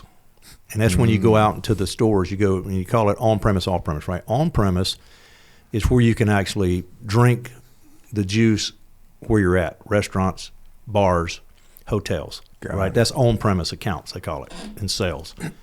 Off-premise is where you go to the liquor store, whether it's a liquor store, mom and pop shop, or a chain liquor store in certain states, or in control states like Virginia, it's all ABC stores. So that's off-premise for us, right? And we're in Virginia, ABC store, about 205 stores. And you go to the liquor store, you pick up the bottle, you take it, and you're moving off-premise. You can't drink it at the store, but unless I'm in there doing a tasting, then you can have liquid to lips with me. Right there in the store. And I'll tell the story, right? Yeah. I'll tell the story. So I probably told this story I don't know how many times, right? But the more you tell it, just like being an instructor, right? You're teaching. Yeah. I just did one Friday before I came out here, and I had a special agent, DEA agent, came in, and he said, "Tell me your story." And I told him the story, right? And he said, "Boy, you own this?" And I said, "Yes, sir." He said, "You talk like you do." He said, "Because I didn't figure somebody they hired to do a tasting would know as much as you do." And I went, "Well, thank you for that, but that's what it takes, right? Attention to detail." And we chose purple on the top for joint. Since we're joint, joint color's purple, right? So we chose the purple up there. And plus, you don't see purple on many American spirit bottles. You do see them Crown Royal, Crown Royal has purple, but you don't see it. So that's just another factor we weighed in, saying it's an eye catcher. Something different, right? And what's your experience been with, like, because this is, as I'm sitting here thinking about it, this is your first business, right? This is your first business. This is my first business as far as being a founder. A lot of stuff going on in there. Being responsible for your investment monies. Yeah. Understanding the, profits, and how much money does it take for marketing? How much money do we spend for meta ads? We pay a PR firm out of Phoenix, Arizona. But you know what? They've been hitting home runs for us. They got us on Today's Show this past Veterans Day. Our sales went, ballistic. Right on. So we were on a nice little level, and then all of a sudden, boom, straight up. So we've been very blessed with the people we have around us. We have in our dugout, our panel. We got Nick in Kentucky. We got Johnny, who lives in Dallas. Tim is, I think Tim's in Florida. And, Jeff, of course, he's in Nashville. We got Angela, who does our marketing. And Claire is our PR person. But, it's just a team, and we communicate. We try to over-communicate, because you need to in this business, because if you're not out there, creating new customers, it ain't going to sell itself, right? The distributors will put it on a shelf for you, but they're not telling a Doggy story, right? They're not talking about Four Branches. They'll say Four Branches is veteran-owned, and that'll get you for a little bit. Yeah. People really appreciate it. I think people in our country love veterans, but if it don't taste good, if this tasted like swamp water, we wouldn't see the sales that we have right now, because we're putting quality juice in the bottle. And like I was saying earlier, it's like butter. It's really good. It's good bourbon. We'll continue to do that. We had a LTO we released shortly ago. It's Black Ops. Black Ops was a book written by Rick Parado. Rick Parado was a 10-year-old little boy down in Cuba when Castro started taking over. So basically, Castro took his family's businesses, took his dad's coffee shop, his grocery store, his little hardware store, and he said, "Now these belong to me. You work for me now." So they saw the writing on the wall. They got Rick out of country, flew him to Miami. America was doing flights to get the kids out. So Rick went to Miami. Then he was moved to Denver, Colorado at an orphanage. And he lived in an orphanage out in Denver for about a year. And then his mom and dad made it to Miami and bought a home, got jobs. And the first thing they did was sent for Rick, brought him home. Rick was growing up in Miami, figured he's going to get in trouble on the streets. He joined the Air Force and became a parajumper, pararescueman. Right on. He spent about 10 years as a pararescue guy. Then he was recruited by the CIA. He ran a lot of operations down in Honduras and Nicaragua, and he just retired, I think it was last year, after 32 years of service. And we did the bottle for, to pay tribute to him and his career and the book, and we sold the book and the bottle of Black Ops. And the Black Ops was 100 proof, and it was 9-year juice. Jack. It was awesome. It was really awesome. How many bottles did you run of that? We ran 183 cases, I believe. Oh, damn. We Okay. sold, so it's pretty much gone. Yeah, I was supposed to, he was supposed to come on the podcast at some point. Rick Prado was. It's just, this like, it's all scheduling.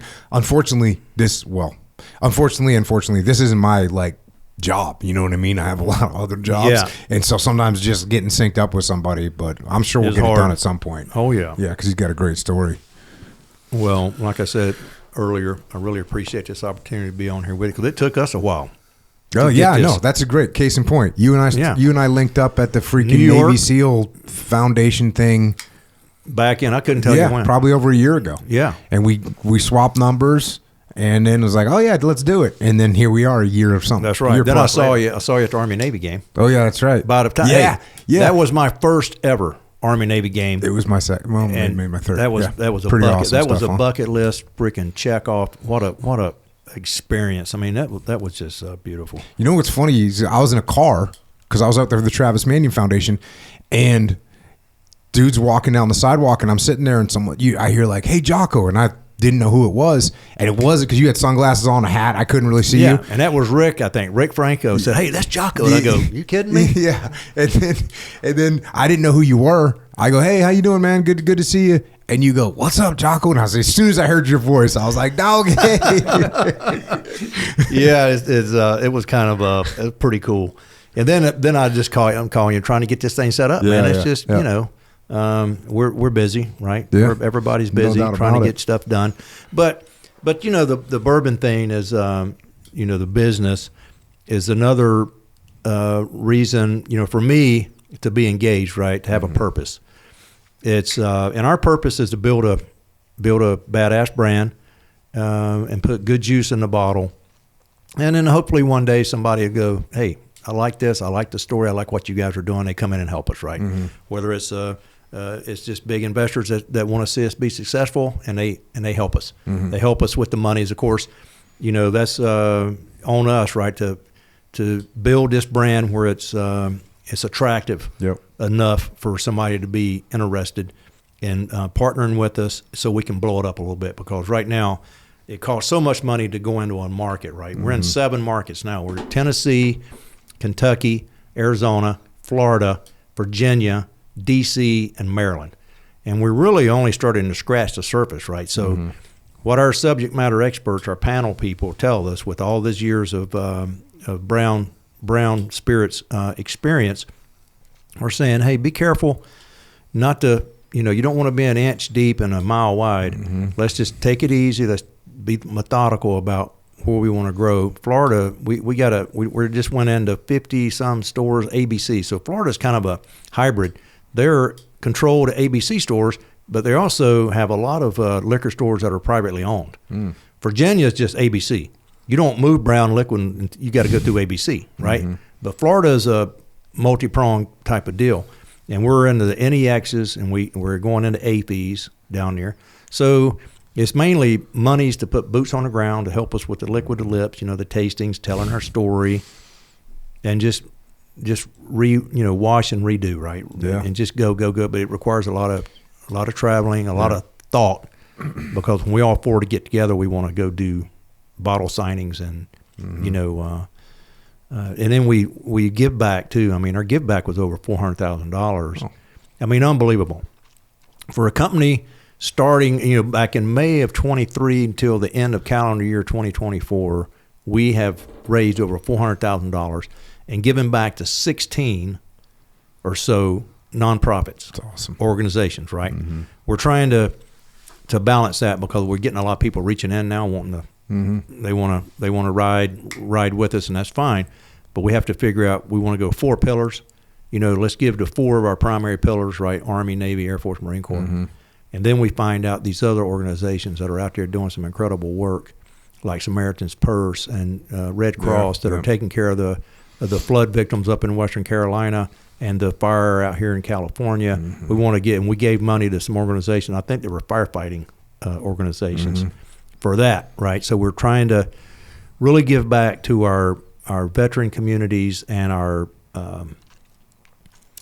other, organizations that are helping our communities and, to give to them. Right? We sent a truckload of Jocko fuel up to the firefighters up in LA, and sweet. Yeah, it's pretty awesome. They said we sent them hydrate and we sent them energy go, and pretty awesome that we were able to pull that off. And a bunch of people actually was got a guys I'm making a movie with. So Chris Pratt and Mick G and Ben Everard, and they live up there, right? They live up in the LA area. And so they hit me up like, hey, because when we were making this movie, everyone's drinking this stuff, So they're like, hey, we should get some of this stuff for the firefighters. So I talked to my team at Jocko Fuel, and they jumped on it. And then our logistics partner sent it all out there for free. Whole, big giant, was 21 pallets worth of stuff. That's a lot of stuff. Man. And it was gone, but it was great. Ben was up there filming their firefighters just walking out with the stuff on their shoulders to take it out to the front lines. It was awesome. That is awesome. So when you can help, right? Yeah, when you're 100%. When you're successful and you can help, it really matters. And it goes beyond us, right? And that's what we say with our give back. It's beyond the branches. And I was part of I went up to Boston to do we had a bottle that we donated and a case. We had this beautiful wooden case built. I sent my Trident up there. They put my Trident in the box. We had a ripstop cami shirt that was placed. We cut it, of course, and it was the backdrop. And it was John Connors, officer that was killed in Panama. Yeah. So a close friend of his, Tom is doing a fundraiser for John to erect a life-size statue up in his hometown. That's awesome. And we were a little part of that, but that bottle sold for $15,000. That bottle and that box went for $15,000. And I was down in Florida. We had 15 bottles, and we had all the veterans there. We had these chefs from in town in Stuart, Florida. We had 4 chefs that came in for restaurants, and with each one of the chefs, they placed a military cook with them, military chef now, because, I think the military is trying to transition over to civilian sector jobs, right, titles, right, and help them transition. So we had all those military chefs come over, Army, Navy, Air Force, Marine, Coast Guard, and they signed the bottles that were being auctioned off as a package. It was a $5,000 purchase, but your $5,000, you'll get a bottle of signed Four Branches Bourbon by all those veterans that was there, plus a handmade knife that was beautiful. And it went to children's scholarships. Yeah, and that was $75,000 just for that one evening. Amazing. So, people are getting behind it, and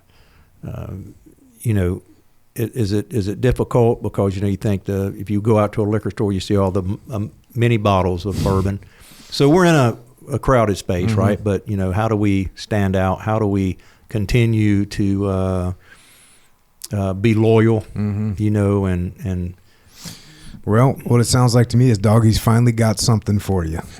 And what Doggy's got for you finally, now, Doggy's got something for you. It's a little Four Branches Bourbon. And if you have some aches and pains and, you just got knocked down, just go out and sit down and, have you a cigar, be with a great friend or 2 or 3, your wife or whoever it is, and enjoy some of this bourbon. I would enjoy it neat, which is just in a glass. I use a small rock sometimes because you don't want to water down too much, but the cold water and the ice cube helps pop some of the flavors. That's good. That'd be good. Check. But no. And people can people get it online, or is that not possible? Yes, sir. They can get it online through our DTC, which stands for direct to consumer. We ship to about 32 states. So all you have to do is go to fourbranches.com, which is FOUR branches.com. And you'll see a little drop-down window. You can say purchase near me or purchase, and it'll take you right through what you need to, and they'll ship you a bottle right to your porch. And there it is. Doggy's got something for you. Right on, man. That's awesome. After all those years, I finally do have something for you. Does that get us up to speed? Is that where we're at? We're good? I think so, man. Just so people can find you. So it's you got fourbranches.com. You're on Facebook, Four Branches Bourbon. You're on Instagram, Four Branches Bourbon. You got a YouTube channel, which I checked out some of these YouTube videos. Good, real good behind the scenes of how you guys put it together. That's the YouTube is at Four Branches Bourbon. And then you have your own Instagram. I do. And your own Facebook. That's amazing, isn't it? Which is at Harold.Underdown. So that's where people can find you. Yeah. Echo Charles, you got any questions? Quick question. Yeah. So I know you had the special dish for this. Do you plan on, you know how there's like different ages, you know, you got the 18-year and the, you know, like, what's your thoughts on that?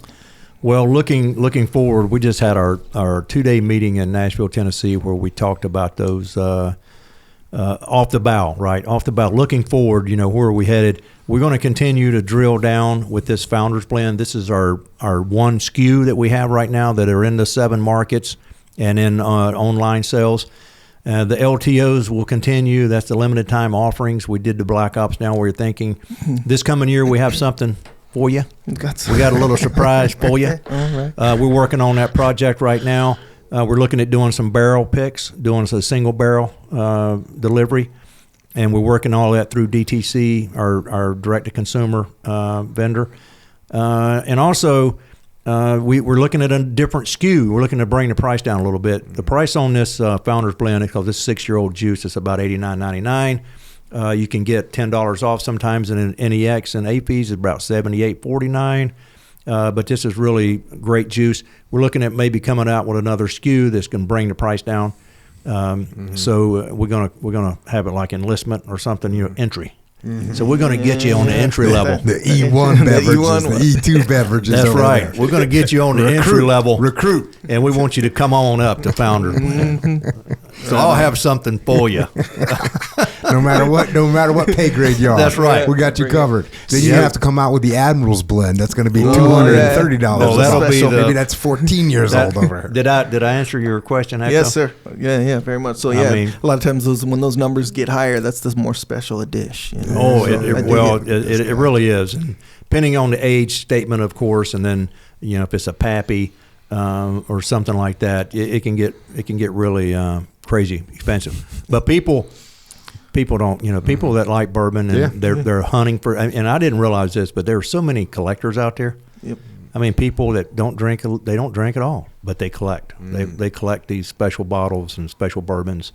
If they like it, they'll continue to do that. That's good to know. Yeah, it is good to know. Did you have any football questions? Normally he's got any football related. I think, you know, respectfully, I think like we have different generations, because you were talking about like the hawk and all this stuff. I was like, bro, I never heard of the hawk. What's the hawk? Yeah, hawk position. Yeah. Well, the hawk position was for me when I played. It's kind of like an outside linebacker. Yeah. So what I had to do is I had to break whatever they ran at us. I was basically going straight to the ball. The freaking hawk, like man. I was strong safety kind of? Strong safety. Okay, right. Okay. So they wanted me to, and I would float, right? Yeah. I would read the formation, wherever their split out would go. I would usually go to the split out side. More than likely they come that way, right, with their runs. Yep. And I was supposed to be the, you know, kind of like the breaker, the icebreaker. Yeah.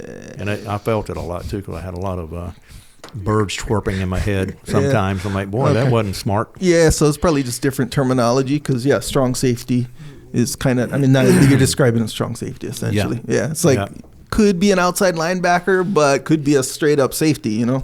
So, True. Makes sense. Right on. Cool. Sure. Yeah, no. That's the only thing I was wondering football wise. But and a floater, right? I was floating around a little bit, so that was good. Stopped the run. Right on. Anything else, Echo? That's it. Good to meet you, right sir. on. Doggy. Nice to meet you, Echo. Closing thoughts, brother? Well, closing thoughts is my prayers go out and to the people in North Carolina and to California for the devastation, the loss of homes and stuff. Prayers will definitely be continue to go up with that. I pray for our government. You know, we just had a change in administration. I just hope that people can be adults. They know that we have a great country, but we have a lot of big decisions to make. You know, moving forward, we got to square away our borders. We got to make sure our economy can get on track. What does that look like? You know, because American people I think we're getting fatigued a little bit with the people pointing fingers at each other. We just need you to do your jobs, you know, before we have to come up and do it for you. You know, get some SEALs and firefighters and police officers. We'll come up and run the place, right? But I don't want to do that. I trust these men and women that we have in office.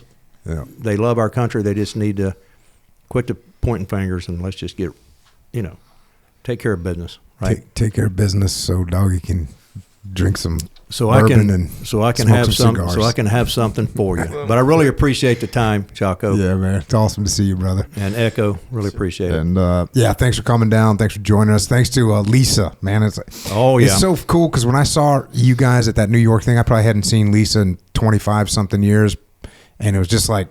It was like we were all on the beach in Guam again, just having a good time, hanging out. She's such a great woman. It's awesome to see that you guys stuck it out for all those years and that she stuck by your side. It's awesome. And, thanks for your service to the country, to the Navy, to the teams. Thanks for pushing me in the right direction as a young new guy. Appreciate it. And thanks for continuing to represent the teams in a positive light, man, and setting a great example for America and for Americans.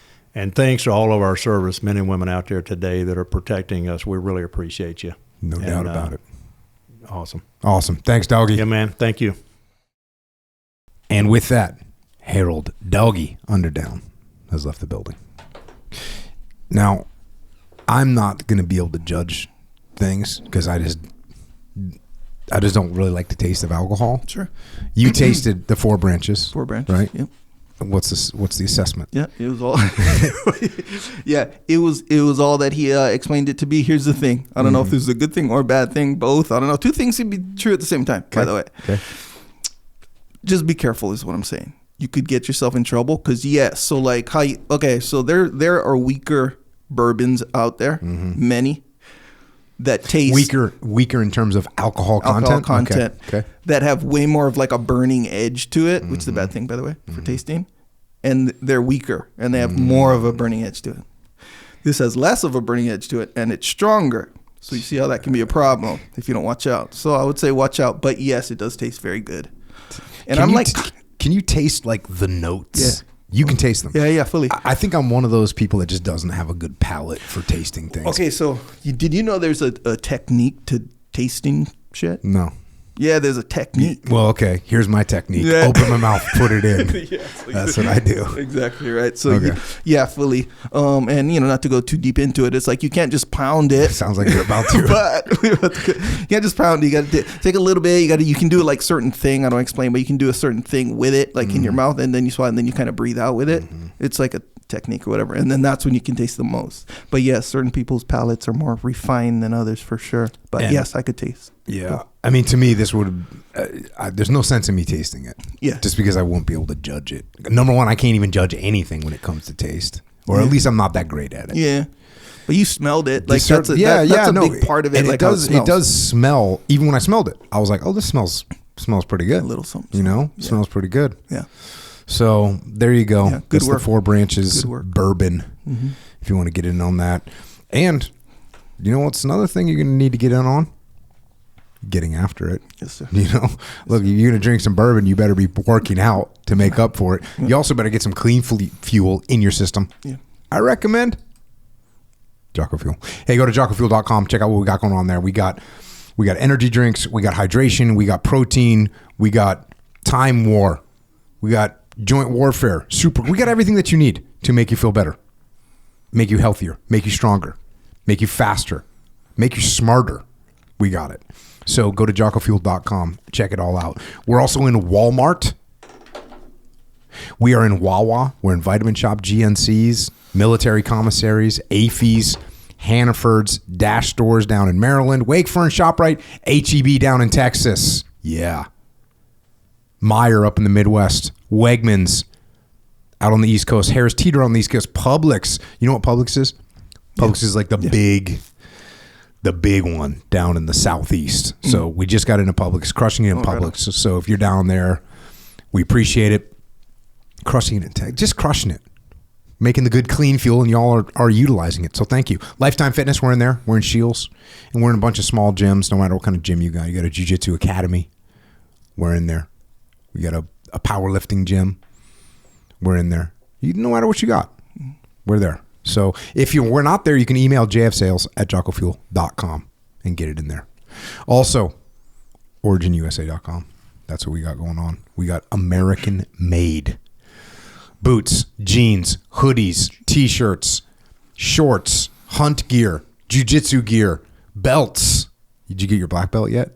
Well, yeah, no, I saw them though. I saw an email. You know, the emails come through, and I see them all. I'm like, oh, bro, I need one of those. I need one of those.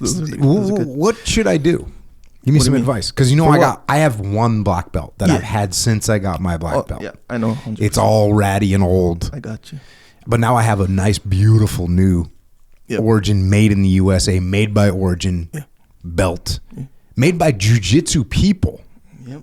It's a big difference. Yeah. Like the people that made my original black belt, they weren't jiu-jitsu. It wasn't a jiu-jitsu person. It wasn't a jiu-jitsu company. Yeah, It was like, oh, we're a martial arts company. You know, who knows? Sure. Yeah. Yep. Maybe know where it's from. Yeah.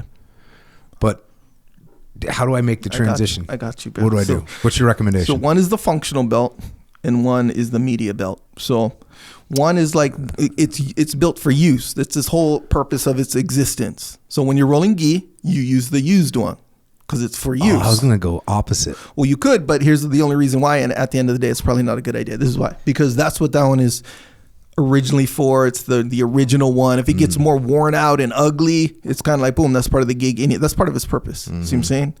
Then this new one, the Origin one, bro, let's face it. It looks good, looks way better. It has the leather on the other end. It has the Origin. It's like, cool, you can use that 100%. Bro, use it, but that's not comparatively, or if you want to differentiate like its purposes, it's not what it's for. I'm going to throw this out there. Yeah. I think you're wrong. Okay. Now that you've presented your case and the facts of your case, I'm going to think you're wrong because I don't want a wall hanger. Okay. Yeah. Have you ever seen me hold on? Let me get my media T-shirt out. Has that ever happened? Have you ever seen me hold on? Let me get my media flip flops out for a picture. No. Have you ever seen that from me? No. Have I ever said, hold on? Let me get the haircut going. Has that ever happened? No. Okay. But there's a lot of things that I've never seen you do, say, or until you did them, said them, and showed them. Okay.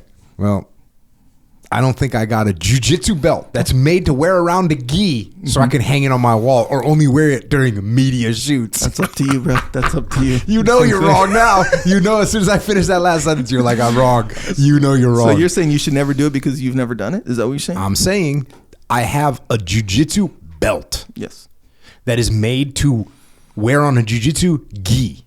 Sure. That is made to do jiu-jitsu in. And what you're telling me is I should take pictures only with that thing.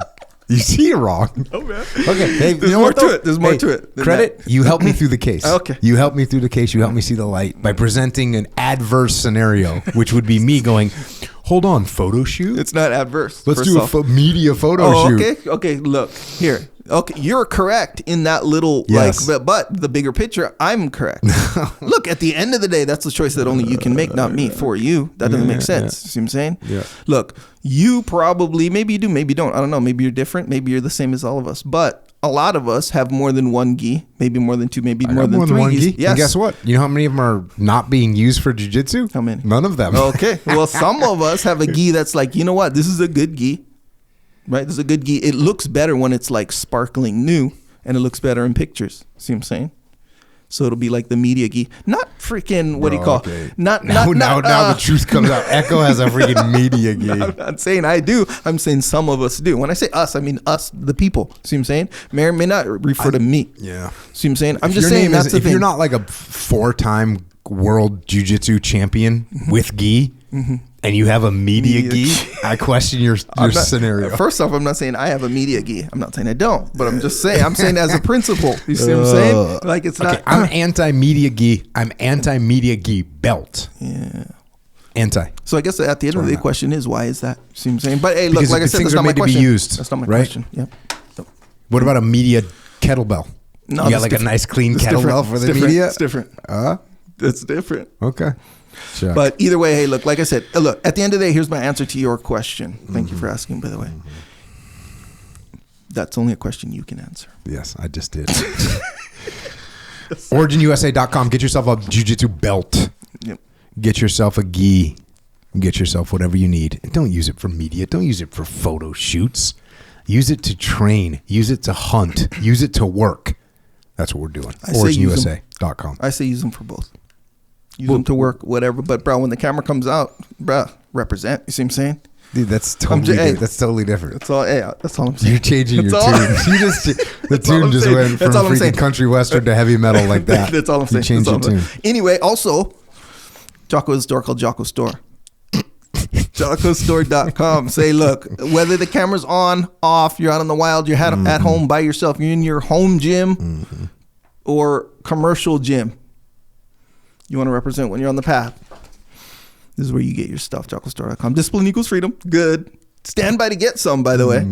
We just restocked that. A lot of people were hitting me up to stand by to get some, some sizes off. Hey, boom, we're back. Also, we have these hoodies. Look at you just right on top of stuff. We got these hoodies, Jocko. They're quick flip hoodies. They turn magically into a drawstring backpack. Yes, exactly right. We're out of a lot of those sizes. Boom, we're back.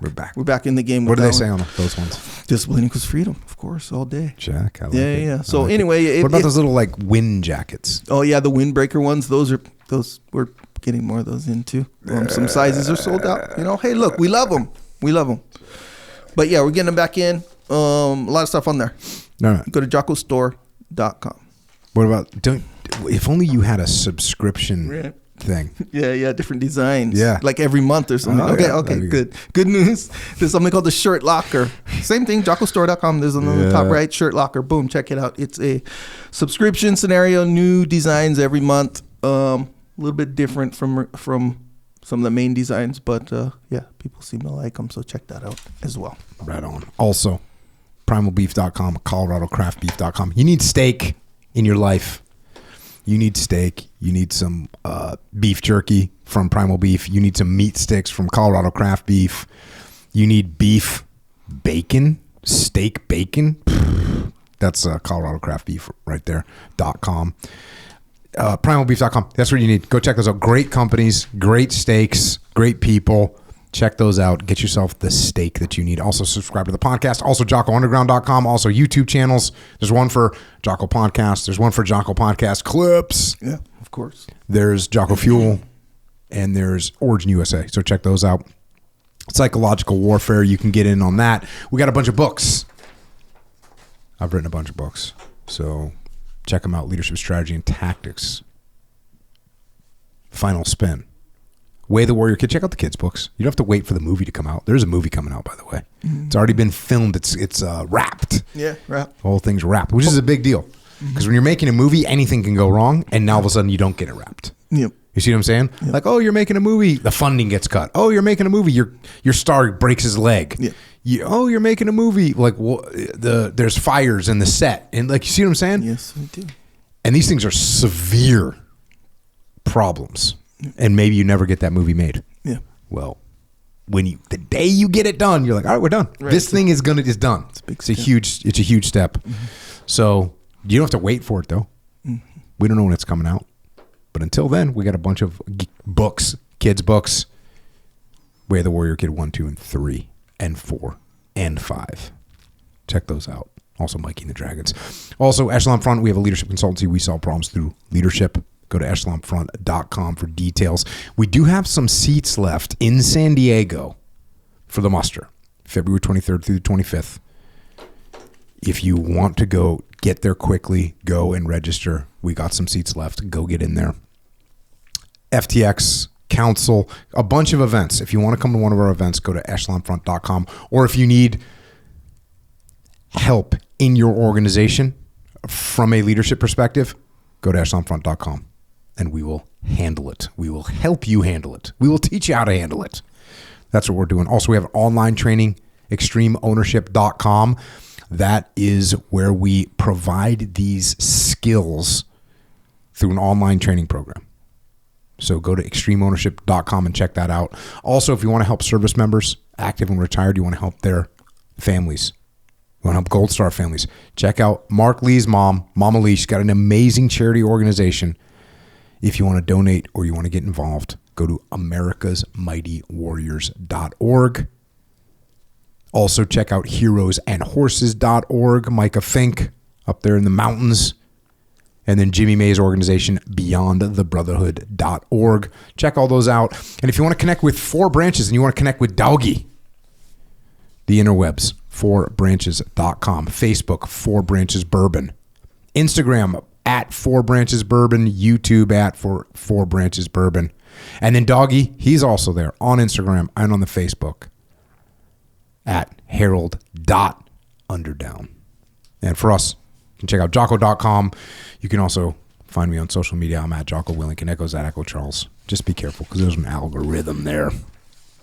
It'll try and ruin your life. Thanks once again to Harold, Underdown, Doggy for joining us tonight. Thanks for sharing your experiences, your lessons learned.